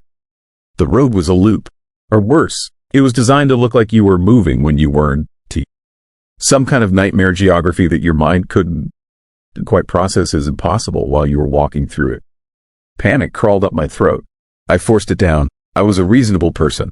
There had to be a rational explanation. Maybe I had the time wrong. Maybe it hadn't been an hour. Maybe my sense of direction was simply terrible. I decided to try a different approach. Instead of following the road, I cut directly toward where I believed the main highway was. Straight line through the forest. That's when things got worse. The forest was impenetrable, dense. Every direction I turned, the trees became thicker. Branches caught at my clothes and skin, drawing blood in thin lines across my arms. The falling snow became heavier, the wind more violent. The terrifying feeling from the first night had returned, but now it was accompanied by something else. A presence, something eerie and dark moving through the trees just outside my field of vision. Every time I spun around to look, there was nothing there. But the moment I turned back to walking, I could hear it again. Branches snapping, snow crunching, moving toward me, stalking me. I walked until the sun started to set, until the shadows became so dark that I could barely see my own feet. My hands were numb, my face burned from the cold, my lungs ached with each breath of sub-zero air, and I was still in the same forest, surrounded by the same impossible trees, with that unsettling presence growing closer with each passing minute. I found a clearing between some large pines and decided to stop. I couldn't walk in the dark. I'd break my legs on a hidden rock or get completely lost. I had to rest and wait for morning. I built a makeshift shelter from fallen branches and snow, huddling inside it like a frightened animal. The temperature had to be below zero by then. Dangerous, potentially deadly. I stayed awake as long as I could, but exhaustion won. Sometime in the deep night, I fell asleep. I woke in the darkness to the sound of something moving around my shelter. Large and deliberate, my heart exploded in my chest. I held my breath, listening. The creepy feeling had evolved into pure nightmare territory. This presence, this thing outside my shelter, felt ancient, angry, hungry. I didn't move. I didn't breathe. I just waited in the dark, with something horrible moving just outside the thin walls of branches and snow that were supposed to protect me. After hours, the sound faded. Dawn came, weak and gray. I crawled out of my shelter and found something in the snow a few yards away. A coat, not mine, old and weathered, like it had been lying in the snow for months or years. I picked it up with trembling hands and checked the pockets. A wallet. I opened it. The name inside was Marcus Chapman. There was a driver's license with a photo of a man who looked to be in his 60s, dated 15 years ago. Beside it was a news clipping, yellowed and brittle. The headline read, "Local man goes missing near Mount Jefferson. Search called off after 2 weeks." I dropped the coat like it was burning. Marcus Chapman had been out here somewhere, lost or trapped or something worse. And he'd never gotten out. That is when I understood. That is when the truly terrifying realization crashed down on me. This place took people. It held them. It kept them in this forest, this eerie, impossible landscape, for as long as possible. And no one ever heard them call for help. I started walking again. But now I wasn't looking for the highway. I was looking for a way to survive another day. My water was almost gone. My food had run out the night before. My body was failing. Hypothermia was setting in. I could feel it in the way my hands had stopped shaking, in the drowsy feeling that was becoming harder to fight, in the strange warmth that seemed to be spreading through my body despite the horrifying cold. Hypothermia does something disturbing to your mind. It tricks you. It makes you feel almost comfortable even as it kills you. It makes you want to lie down and sleep, even though sleep is death. I did read about this. People in the final stages of hypothermia sometimes take off their clothes because the cold feels so intense it tricks their brain into thinking they burning up. Terrifying situations become inviting. The mind fractures. On the third day, or maybe the fourth, I wasn't sure anymore. I started seeing things. A cabin in the distance. Not the one I rented, but another one. Smoke rising from its chimney. I walked toward it for hours. It never got closer. Then it faded, and I realized it had never been there at all. A hallucination born from a mind that was slowly, inexorably shutting down. I saw people walking through the trees. Dozens of them, all in old-fashioned clothes, all moving silently deeper into the forest. I tried to follow them, but they passed through solid trees as if the trees weren't there at all. As if they existed in a different layer of reality, a different world occupying the same space as mine. I heard voices calling my name. My mother, my sister, people I hadn't thought about in years, suddenly whispering to me through the darkness and the cold. Calling me deeper into the forest, where the trees were thickest and the shadows were darkest. Calling me toward something I couldn't quite see. The fear was still there, buried deep beneath the confusion and the cold. I was still afraid. I was still calling out, screaming sometimes, hoping that someone would hear me, that someone would find me, that someone would come and take me away from this place. But no one heard him. They never do. There are places on this planet where the normal rules don't apply, where the geography is wrong, where people don't leave the way they came, where help never arrives. I know that now. I understand it in a way I never wanted to. On what I think was the fifth day, I found another coat in the snow. Different from the first one, but just as old. Another wallet, another name, another person who did come to this mountain and never left. I found 3 more after that. 5 missing people, all still here in different ways. Their clothes and belongings scattered through the forest like breadcrumbs. My mind was essentially gone by then. Reality had become thin and unreliable. I couldn't remember my own name. I couldn't remember why I came to this place or where I was trying to go. There was only the cold and the walking and the crushing weight of isolation. The terrifying knowledge that no one was looking for me. No one knew I was here. No one would ever find me. I remember lying down in the snow at some point. I remember thinking how peaceful it felt, how the cold seemed like an old friend now, like it was finally going to take me somewhere better. The darkness around me was complete. The eerie feeling that had haunted me from the first night had turned into something else. A kind of presence that almost seemed kind. Almost seemed like it was finally going to let me rest. My last clear thought was that I was dying, that my body was failing and my mind was shutting down and I was going to become one more missing person on a list that nobody would ever read. One more ghost in this forest. But that is not where this ends. Because I woke up in the cabin, in the bed where I had first fallen asleep 3 days before. My truck was in the driveway. My cell phone had full service. The date on the phone said it was the morning I was supposed to leave. Not 3 days later, not 5 days later, the same morning. I called my office. I called the cabin rental company. I called the local police and reported a man named Marcus Chapman missing, along with 4 other names they found in wallets in the snow. The police never found anything.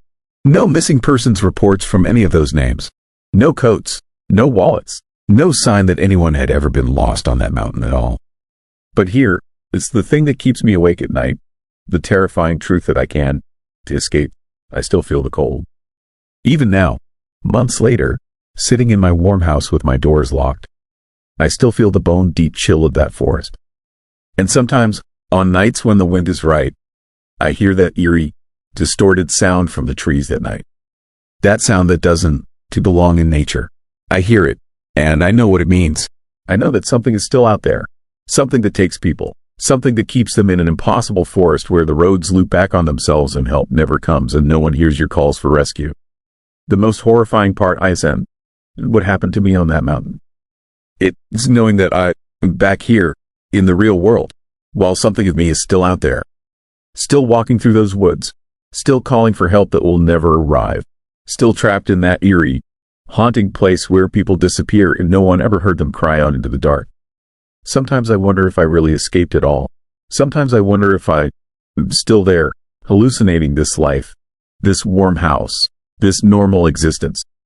If I had been lying in the snow this whole time, freezing to death while my mind creates elaborate fantasies to avoid accepting the terrifying truth. Because that is what hypothermia does at the end. It makes you dream. It makes you see what you want to see. And it never, ever lets you leave. I am going back to that cabin next month.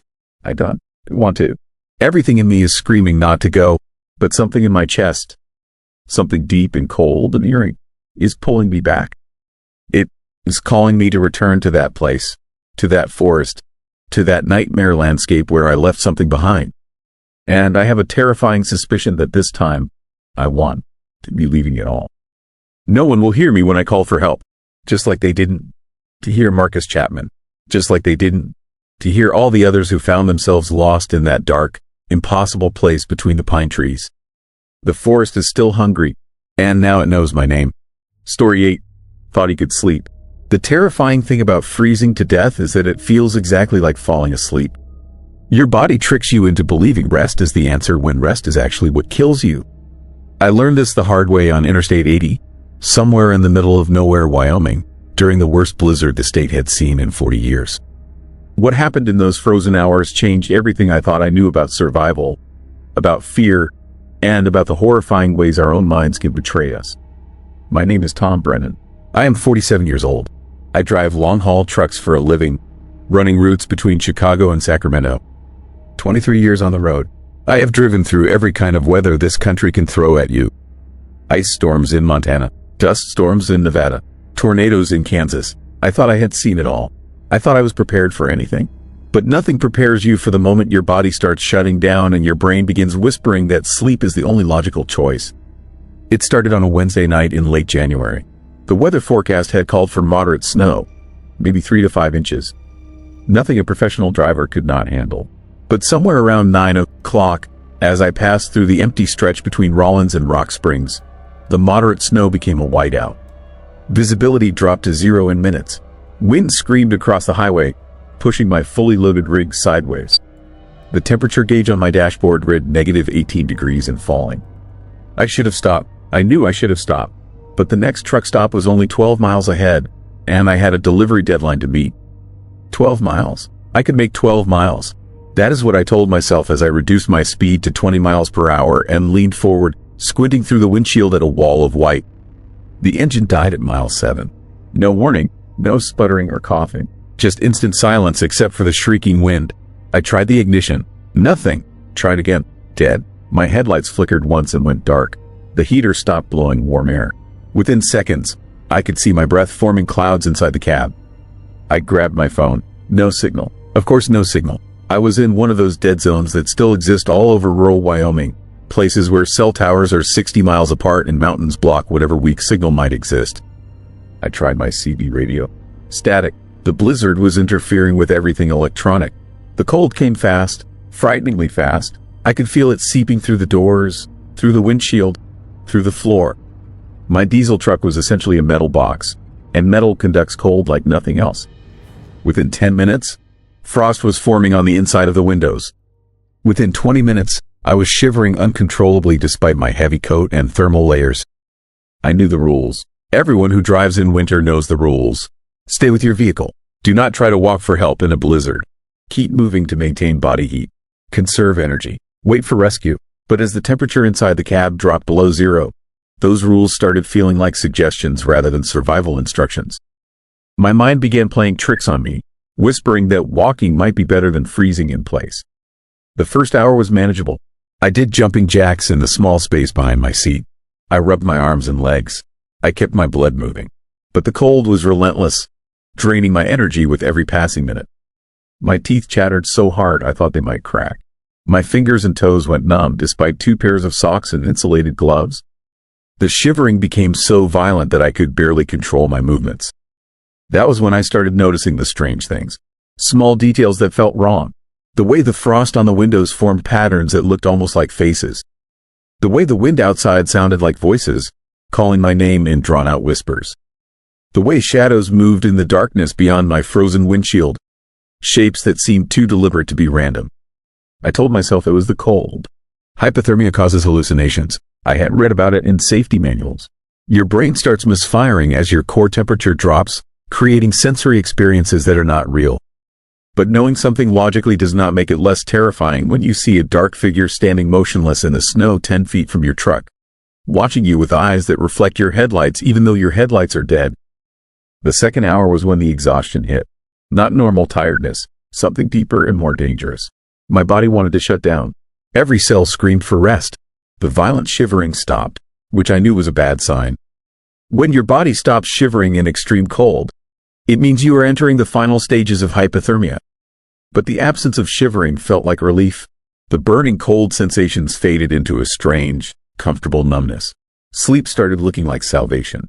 My eyelids grew heavy. My thoughts became slow and dreamlike. Part of my mind still understood this was dangerous, that falling asleep meant never waking up. But a larger part, the part that controlled my exhausted body, kept insisting that just a few minutes of rest would help. Just a few minutes to gather strength. Just a brief nap, and then I would figure out what to do next. I caught myself nodding off 3 times. Each time I forced my eyes open, slapped my face, tried to restart the shivering. But fighting sleep in that condition was like fighting gravity. Impossible. Inevitable. My body had already made the decision. My consciousness was just along for the ride. That was when I heard the tapping. 3 sharp raps on the driver's side window. I jerked awake, my heart suddenly pounding. Through the frost-covered glass, I could see a dark shape. Human-sized, standing right next to my door. It tapped again. 3 more raps, deliberate and spaced. Relief flooded through me. Someone had found me. A rescue worker, a snowplow driver, another trucker. I reached for the door handle with numb fingers, ready to open it. Then I stopped. Something felt wrong. The shape outside was not moving the way a person should move. It stood perfectly still between the taps, not shifting weight or adjusting posture against the wind. And the tapping came from too high up. The window on my truck cab sits about 7 feet off the ground. No one could reach it standing in snow that was already 3 feet deep. I wiped the frost from a small section of window with my sleeve. What I saw made my blood turn to ice in a way the cold never could. The figure outside was tall, impossibly tall, at least 8 feet. It wore what looked like tattered clothing, rags that whipped in the wind but seemed wrong somehow, too organic, like they were part of its body rather than something it had put on. Its face, if you could call it a face, was pale and featureless except for 2 dark hollows where eyes should be. It tapped again. 3 more times, patient, waiting. I pulled back from the window, my mind reeling. This could not be real. I was hallucinating. Advanced hypothermia. My brain creating nightmares as it shut down. But the tapping continued. Rhythmic and insistent. Real sounds. Physical sounds that made the metal door vibrate. Then I heard tapping on the passenger side. Then the back of the cab. Then above me, on the roof. Multiple figures surrounding my truck. All tapping in perfect unison. The sound created a horrible rhythm, like a heartbeat. Slow and steady and utterly inhuman. The exhaustion hit harder. The warm, comfortable feeling intensified. My eyelids drooped despite the horror of what was happening. Part of my brain screamed that I needed to stay awake, that those things outside were somehow connected to my desire to sleep. But the larger part, the animal part that just wanted the fear and cold to end, kept pulling me toward unconsciousness. I pinched myself, bit my tongue until I tasted blood, focused on the pain. But pain becomes abstract when your body temperature drops low enough. The signals do not reach your brain correctly. Everything becomes distant and unimportant except the overwhelming need to rest. Through my fading consciousness, I started understanding something chilling. The things outside were not trying to get in. They were waiting for me to fall asleep, waiting for that final surrender when I stopped fighting and let the cold take me. They had probably been doing this for decades, maybe longer, drawn to dying people the way vultures circle wounded animals. I thought about all the drivers who had frozen to death in their trucks over the years. All the hunters and hikers found dead in the snow, looking peaceful, like they had just laid down to rest. Everyone always said hypothermia was a gentle way to die. You just fell asleep and never woke up. But what if it was not gentle? What if something was there, in those final moments, waiting in the cold and darkness? What if that overwhelming urge to sleep was not natural at all? The tapping stopped. Silence fell, broken only by the wind. The sudden absence of sound was more disturbing than the noise had been. I forced my eyes to focus on the windows. The frost patterns had changed. Now they looked like handprints. Dozens of them, small and large, all pressed against the glass from the outside. My phone, dead and frozen on the seat beside me, suddenly lit up. Impossible. The battery had been drained hours ago. But there it was, glowing with an eerie blue light. The screen showed a message, though I had no signal and had not received any texts. Just 4 words in white letters against the black background. Stop fighting. Just sleep. The exhaustion became unbearable. My head tilted back against the seat. My eyes closed. The comfortable warmth spread through my entire body. I was not cold anymore. I was home, in my bed, safe and warm. Everything was fine. Everything was perfect. Sleep was exactly what I needed. Just let go. Just surrender. Just drift away into the peaceful darkness where nothing hurt and nothing was frightening and nothing demanded that I keep struggling against the inevitable. A truck horn blasted somewhere in the distance. The sound cut through my fading consciousness like a knife. My eyes snapped open. A snowplow was coming down the highway, its lights cutting through the blizzard. Real lights, yellow and bright and beautiful. The things around my truck scattered, moving away with an unnatural speed that left no tracks in the snow. The plow driver found me semi-conscious, my core temperature at 91 degrees. Critical hypothermia. Another 10 minutes and I would have been gone. He wrapped me in thermal blankets, called for an ambulance, and later told me he had almost driven past, thinking my truck was abandoned. Something made him stop. An instinct, a feeling that someone needed help. I spent 3 days in the hospital recovering. The doctor said I was lucky. Any colder and my heart would have stopped. I told them about the figures, about the tapping, about the message on my dead phone. They nodded and made notes about hallucinations caused by oxygen deprivation. They did not believe me. Neither did the investigators who examined my truck. They found no handprints on the frozen windows, no marks in the snow, no evidence that anything unusual had happened. Just another driver who broke down in a blizzard and nearly died before rescue arrived. But I know what I saw. I know what waited outside my truck that night. And I know why so many people who freeze to death look peaceful. Because something is there with them in those final moments. Something that feeds on the boundary between life and death. Something that whispers that sleep is the answer. The cold itself is not the real danger. The danger is what lives in the cold. What has always lived in the cold. Waiting for people to stop fighting and surrender to the comfortable lie that rest will save them. I do not drive the northern routes anymore. I stick to the south now, even though it pays less. Because I learned something terrifying in that frozen truck on Interstate 80. Hypothermia does not kill you. It just makes you willing to let something else do it. And that something is patient. That something is hungry. That something is always there in the darkness and the cold. Tapping on windows. Pressing frozen hands against glass. Whispering through broken radios and dead phones that you should stop fighting and just sleep. Story 9. What the cold takes from you. Have you ever wondered what your last thoughts would be before you die? I can tell you exactly what mine were. And the terrifying truth is, they weren't what you'd expect. They weren't thoughts of my family or my life or any desperate plea for survival. In my final moments, as the cold was shutting down my body one system at a time, I was convinced that freezing to death was the best thing that had ever happened to me. Let me explain how something so horrifying can feel so beautiful. Let me tell you what the cold really does at the end. I am a wildlife photographer, 51 years old. I've spent the last 20 years chasing shots in some of the most remote places on Earth. Alaska, northern Canada, Siberia. I know cold. I respect it. I've seen what it can do to unprepared people. And I've always been careful, always prepared, always smart about it. But in January, in the boundary waters of northern Minnesota, the cold taught me something I never knew.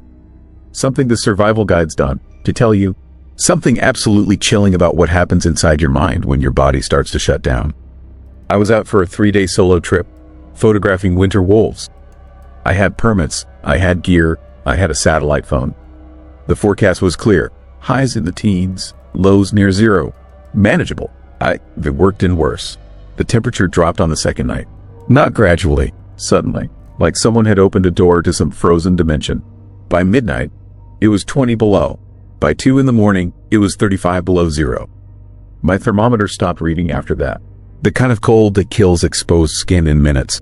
The kind of cold that turns your breath into ice crystals before it leaves your mouth. I was in my tent, in my sleeping bag rated for -20, wearing every layer I had. And I was still cold. Not uncomfortable cold. Not shivering cold. Something deeper. Something that felt like it was reaching into my core and slowly, methodically, turning off switches. That should have been my first warning. When you stop shivering, you're in serious danger. Shivering is your body, this last desperate attempt to generate heat. When it stops, it means your core temperature has dropped too far. It means the body is giving up on the extremities to protect the vital organs. It means you sliding toward hypothermia. But here, this is the disturbing part. I didn't feel alarmed. I felt calm, peaceful, even, like everything was going to be fine. I fell asleep.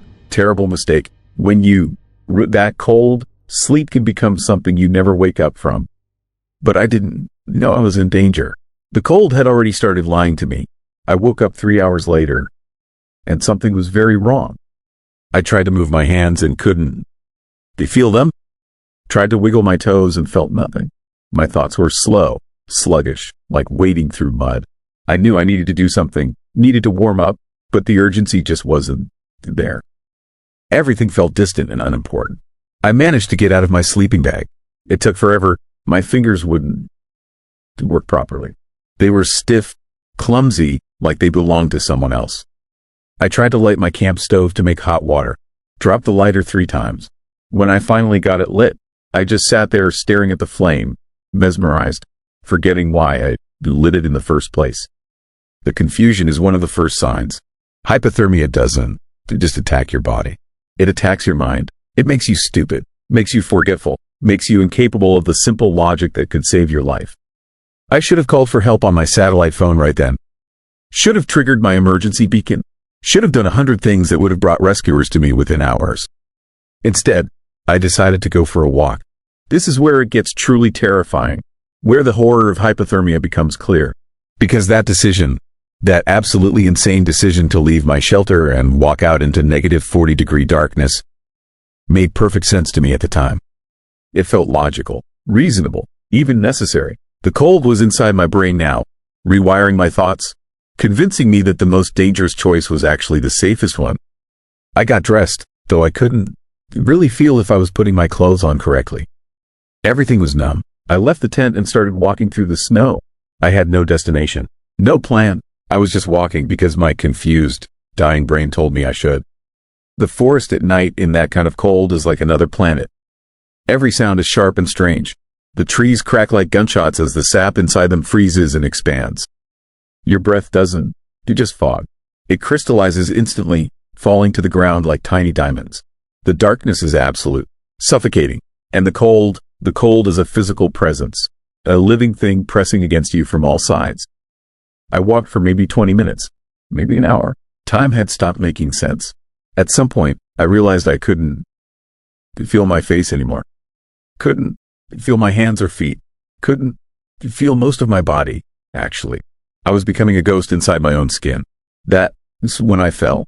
Just tripped over something buried in the snow and went down hard. I tried to get up and couldn't. My legs wouldn't respond. I lay there in the snow, staring up at the stars, and here is where the real nightmare begins. I wasn't scared. I should have been terrified. I was lying in the snow at 40 below zero, unable to move, miles from help. I was dying, but instead of fear, I felt this overwhelming sense of peace, of rightness. Like this was exactly where I was supposed to be. The cold was whispering to me now. Not in words, exactly. More like feelings, suggestions, and they all made perfect sense. You were tired. You should rest. Yes, I was so tired, more tired than I'd ever been. You were too warm. These clothes are uncomfortable. They were uncomfortable, heavy, restrictive. I started trying to take off my jacket. My fingers were too frozen to work the zipper properly, but I kept trying. This is paradoxical undressing. I read about it. When your body temperature drops low enough, your blood vessels dilate in a last attempt to warm your extremities. It creates a false sensation of heat. People freeze to death while stripping naked, convinced they were burning up.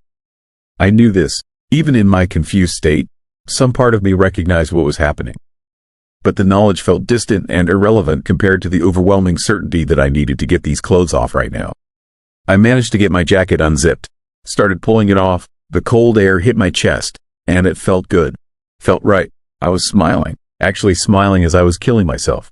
Then came the hallucinations. I saw my tent in the distance, glowing with warm orange light. Someone was inside. I could see their shadow moving against the fabric. They were cooking something. I could smell it, coffee and bacon. My mouth watered. I needed to get back there. Needed to get to that warmth and food and safety. I started crawling toward it. The tent seemed to move away as I got closer, always just out of reach. But I kept going. I had to reach it. Had to get inside where it was warm. Except my tent was dark and empty, and I was crawling in the wrong direction. Away from shelter, deeper into the wilderness. The cold was showing me things that weren't there, leading me like a lure leads a fish. I don't know how long I crawled. At some point, I couldn't even do that anymore. I just lay down in the snow. And that's when the most disturbing thing happened. I felt wonderful. All the discomfort, all the cold, all the fear just melted away. I was warm, actually warm for the first time in hours. The snow beneath me felt soft and welcoming, like the most comfortable bed I'd ever known. I could hear music, beautiful music, though I don't know where it was coming from. Everything was peaceful and perfect and right. This is terminal burrowing, the final stage, when hypothermia victims crawl into small spaces and curl up, convinced they are safe and warm. It's an instinct, researchers think, some primitive part of the brain that remembers being in the womb. The body's last attempt at comfort before it dies. I was curling up, pulling my knees to my chest, getting smaller, making myself into a ball. And I was happy, grateful, even. The cold had convinced me that dying was a gift. My thoughts were slowing down. The music was getting quieter. The warmth was spreading through me like honey. I was fading away, and it felt like coming home. I have no memory of what happened next. According to the rangers who found me, I was lying in the snow about a quarter mile from my tent, partially undressed, curled in a fetal position. My core temperature was 82 degrees. Below 90 is severe hypothermia. Below 80 is usually fatal. I was minutes away from cardiac arrest. They told me later that I fought them when they tried to help me. Fought hard. I didn't want to leave the snow. I didn't want to be warmed up. I wanted to stay there in that peaceful cold. My brain was so far gone that survival looked like the enemy and death looked like salvation. I spent a week in the hospital, lost parts of 3 fingers and all the toes on my left foot to frostbite. The tissue had frozen solid, ice crystals shredding the cells from the inside. There was nothing they could do. The cold had taken them. But that is not what really haunts me. The frostbite, the physical damage, that is just the price I paid. What terrifies me, what keeps me awake at night, is the memory of those final moments. The memory of how good it felt, how right it felt, how the cold crawled into my mind and convinced me that dying was exactly what I wanted. Your body betrays you at the end. That is the real horror. The thing that is supposed to protect you, that is supposed to fight for survival no matter what, just gives up. And worse than giving up, it makes you want to give up. It shows you beautiful lies. It offers you peace and warmth and comfort. And all you have to do is stop fighting. Stop moving. Stop living. I think about the others who weren't found in time. The hikers and hunters and travelers who froze to death convinced they were making the right choices. Taking off their clothes because they felt too hot. Crawling into spaces because they felt safe. Lying down in the snow because it felt comfortable. They didn't, they were dying. That is the most chilling part. At the end, the cold takes away even your fear. It takes away your understanding of danger. It takes away everything except this terrible, beautiful certainty that everything is going to be okay. I still photograph wildlife, still go into cold places, but I'm different now. Careful in a way I never was before, because I felt what the cold could do. I've heard its whispers. I've seen its lies. I've tasted that seductive peace. And here is what really terrifies me. What keeps me checking my thermometer obsessively? What makes me turn back at the first sign of dropping temperatures? What wakes me up in the middle of the night in a cold sweat? Sometimes, in those moments between sleeping and waking, I remember how good it felt. How peaceful, how warm the snow was beneath me, how right it all seemed. And the most disturbing part, a small part of me, a part one done, to like to acknowledge, misses it. Wants to feel that peace again, wants to lie back down in the snow and let the cold take me all the way this time. That is what the cold does at the end. It doesn't just kill your body. It rewrites your mind. It turns your own thoughts against you. It makes you fall in love with your own death. And once you felt it, once you heard those whispers and seen those lies and tasted that terrible peace, you never forget it. It stays with you, waiting, calling, promising that next time, it will be even more beautiful. The cold is patient. It's always there, always waiting, and it knows exactly what to say to make you stop fighting. That is the real horror. Not that the cold can kill you, but that when it does, well, thank it. Story 10. Last night I'll ever see. What does it feel like when your body decides to shut down, and your mind is still awake to witness it? I need to tell you about the most terrifying night of my life. because I almost didn't survive to tell anyone. I am a construction foreman from Denver, 43 years old. I've worked outdoors my entire adult life. I know cold. I know winter, or at least I thought I did. Last December, I was driving back from a job site in Wyoming when my truck broke down on a rural highway at sunset. The engine just died. No warning, no sputtering. One moment I was doing 60. The next I was coasting to a stop on the shoulder of a road I'd never been on before, surrounded by nothing but frozen fields and distant mountains. The temperature was dropping fast. I could see it on my dashboard before everything went dark. 20 degrees, then 15. The sun was a red slash on the horizon, bleeding out fast. I tried calling for help.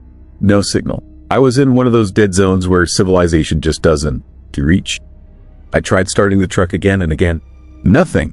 Not even a click. I had a choice to make. Stay with the truck and hope someone drove by, or start walking.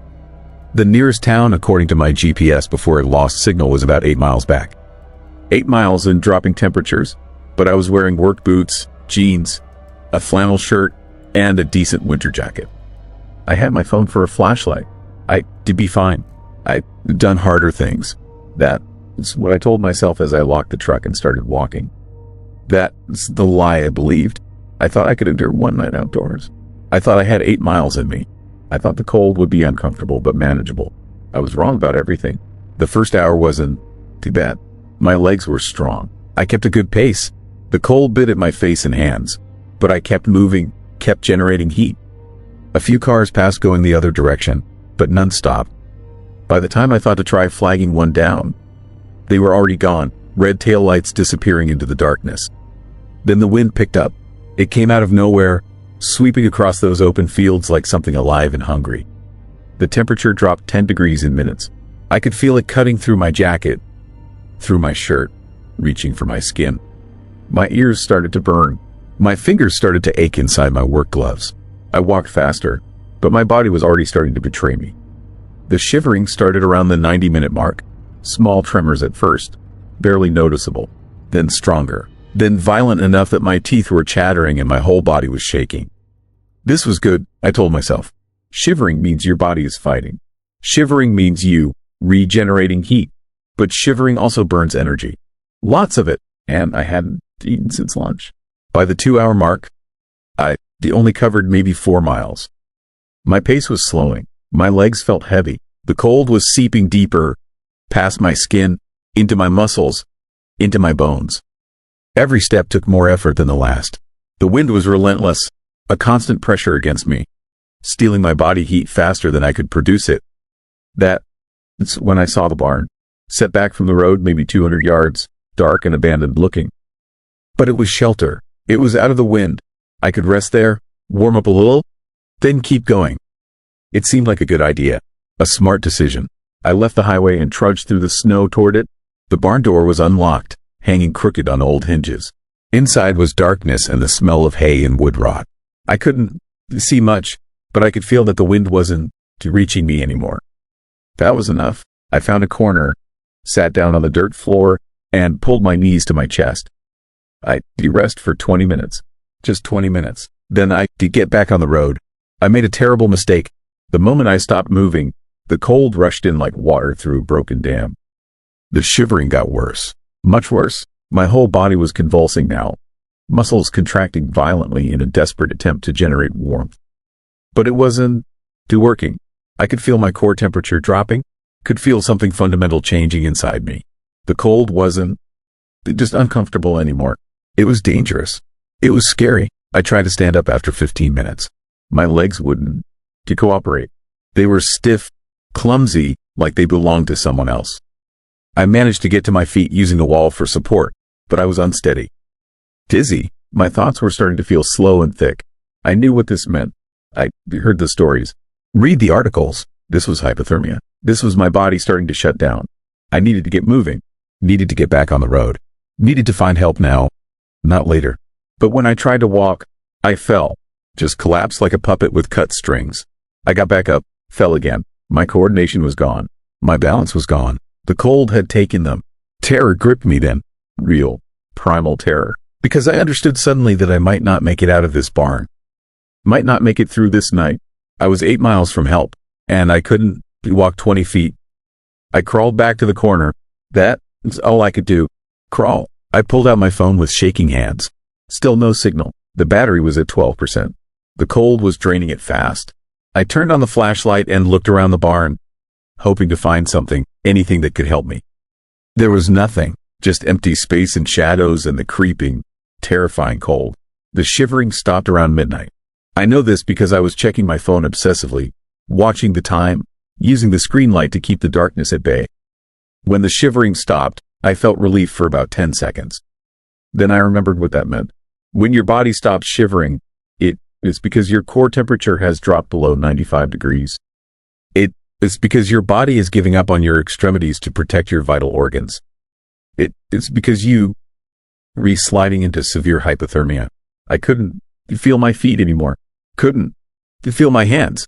When I touched my face, it was like touching a stranger whose skin. Numb. Foreign. I tried wiggling my toes inside my boots and felt nothing. The cold was taking me piece by piece. My thoughts were getting strange. Disconnected. I'd lose track of where I was for minutes at a time. I'd forget I was in a barn. Forget I was in danger. Then reality would snap back with a jolt of fear that made my heart race. Then the forgetting would start again. This is what terrified me most. Not the physical cold, but what it was doing to my mind. I was becoming confused, irrational. I kept thinking I should take off my jacket because I was too warm. I knew this was wrong. Knew it was paradoxical undressing. Knew it was a symptom of severe hypothermia. But the urge was overwhelming. My jacket felt tight, restrictive, wrong. I kept it on through sheer force of will, but the effort exhausted me. Around 2 a.m, I started seeing things.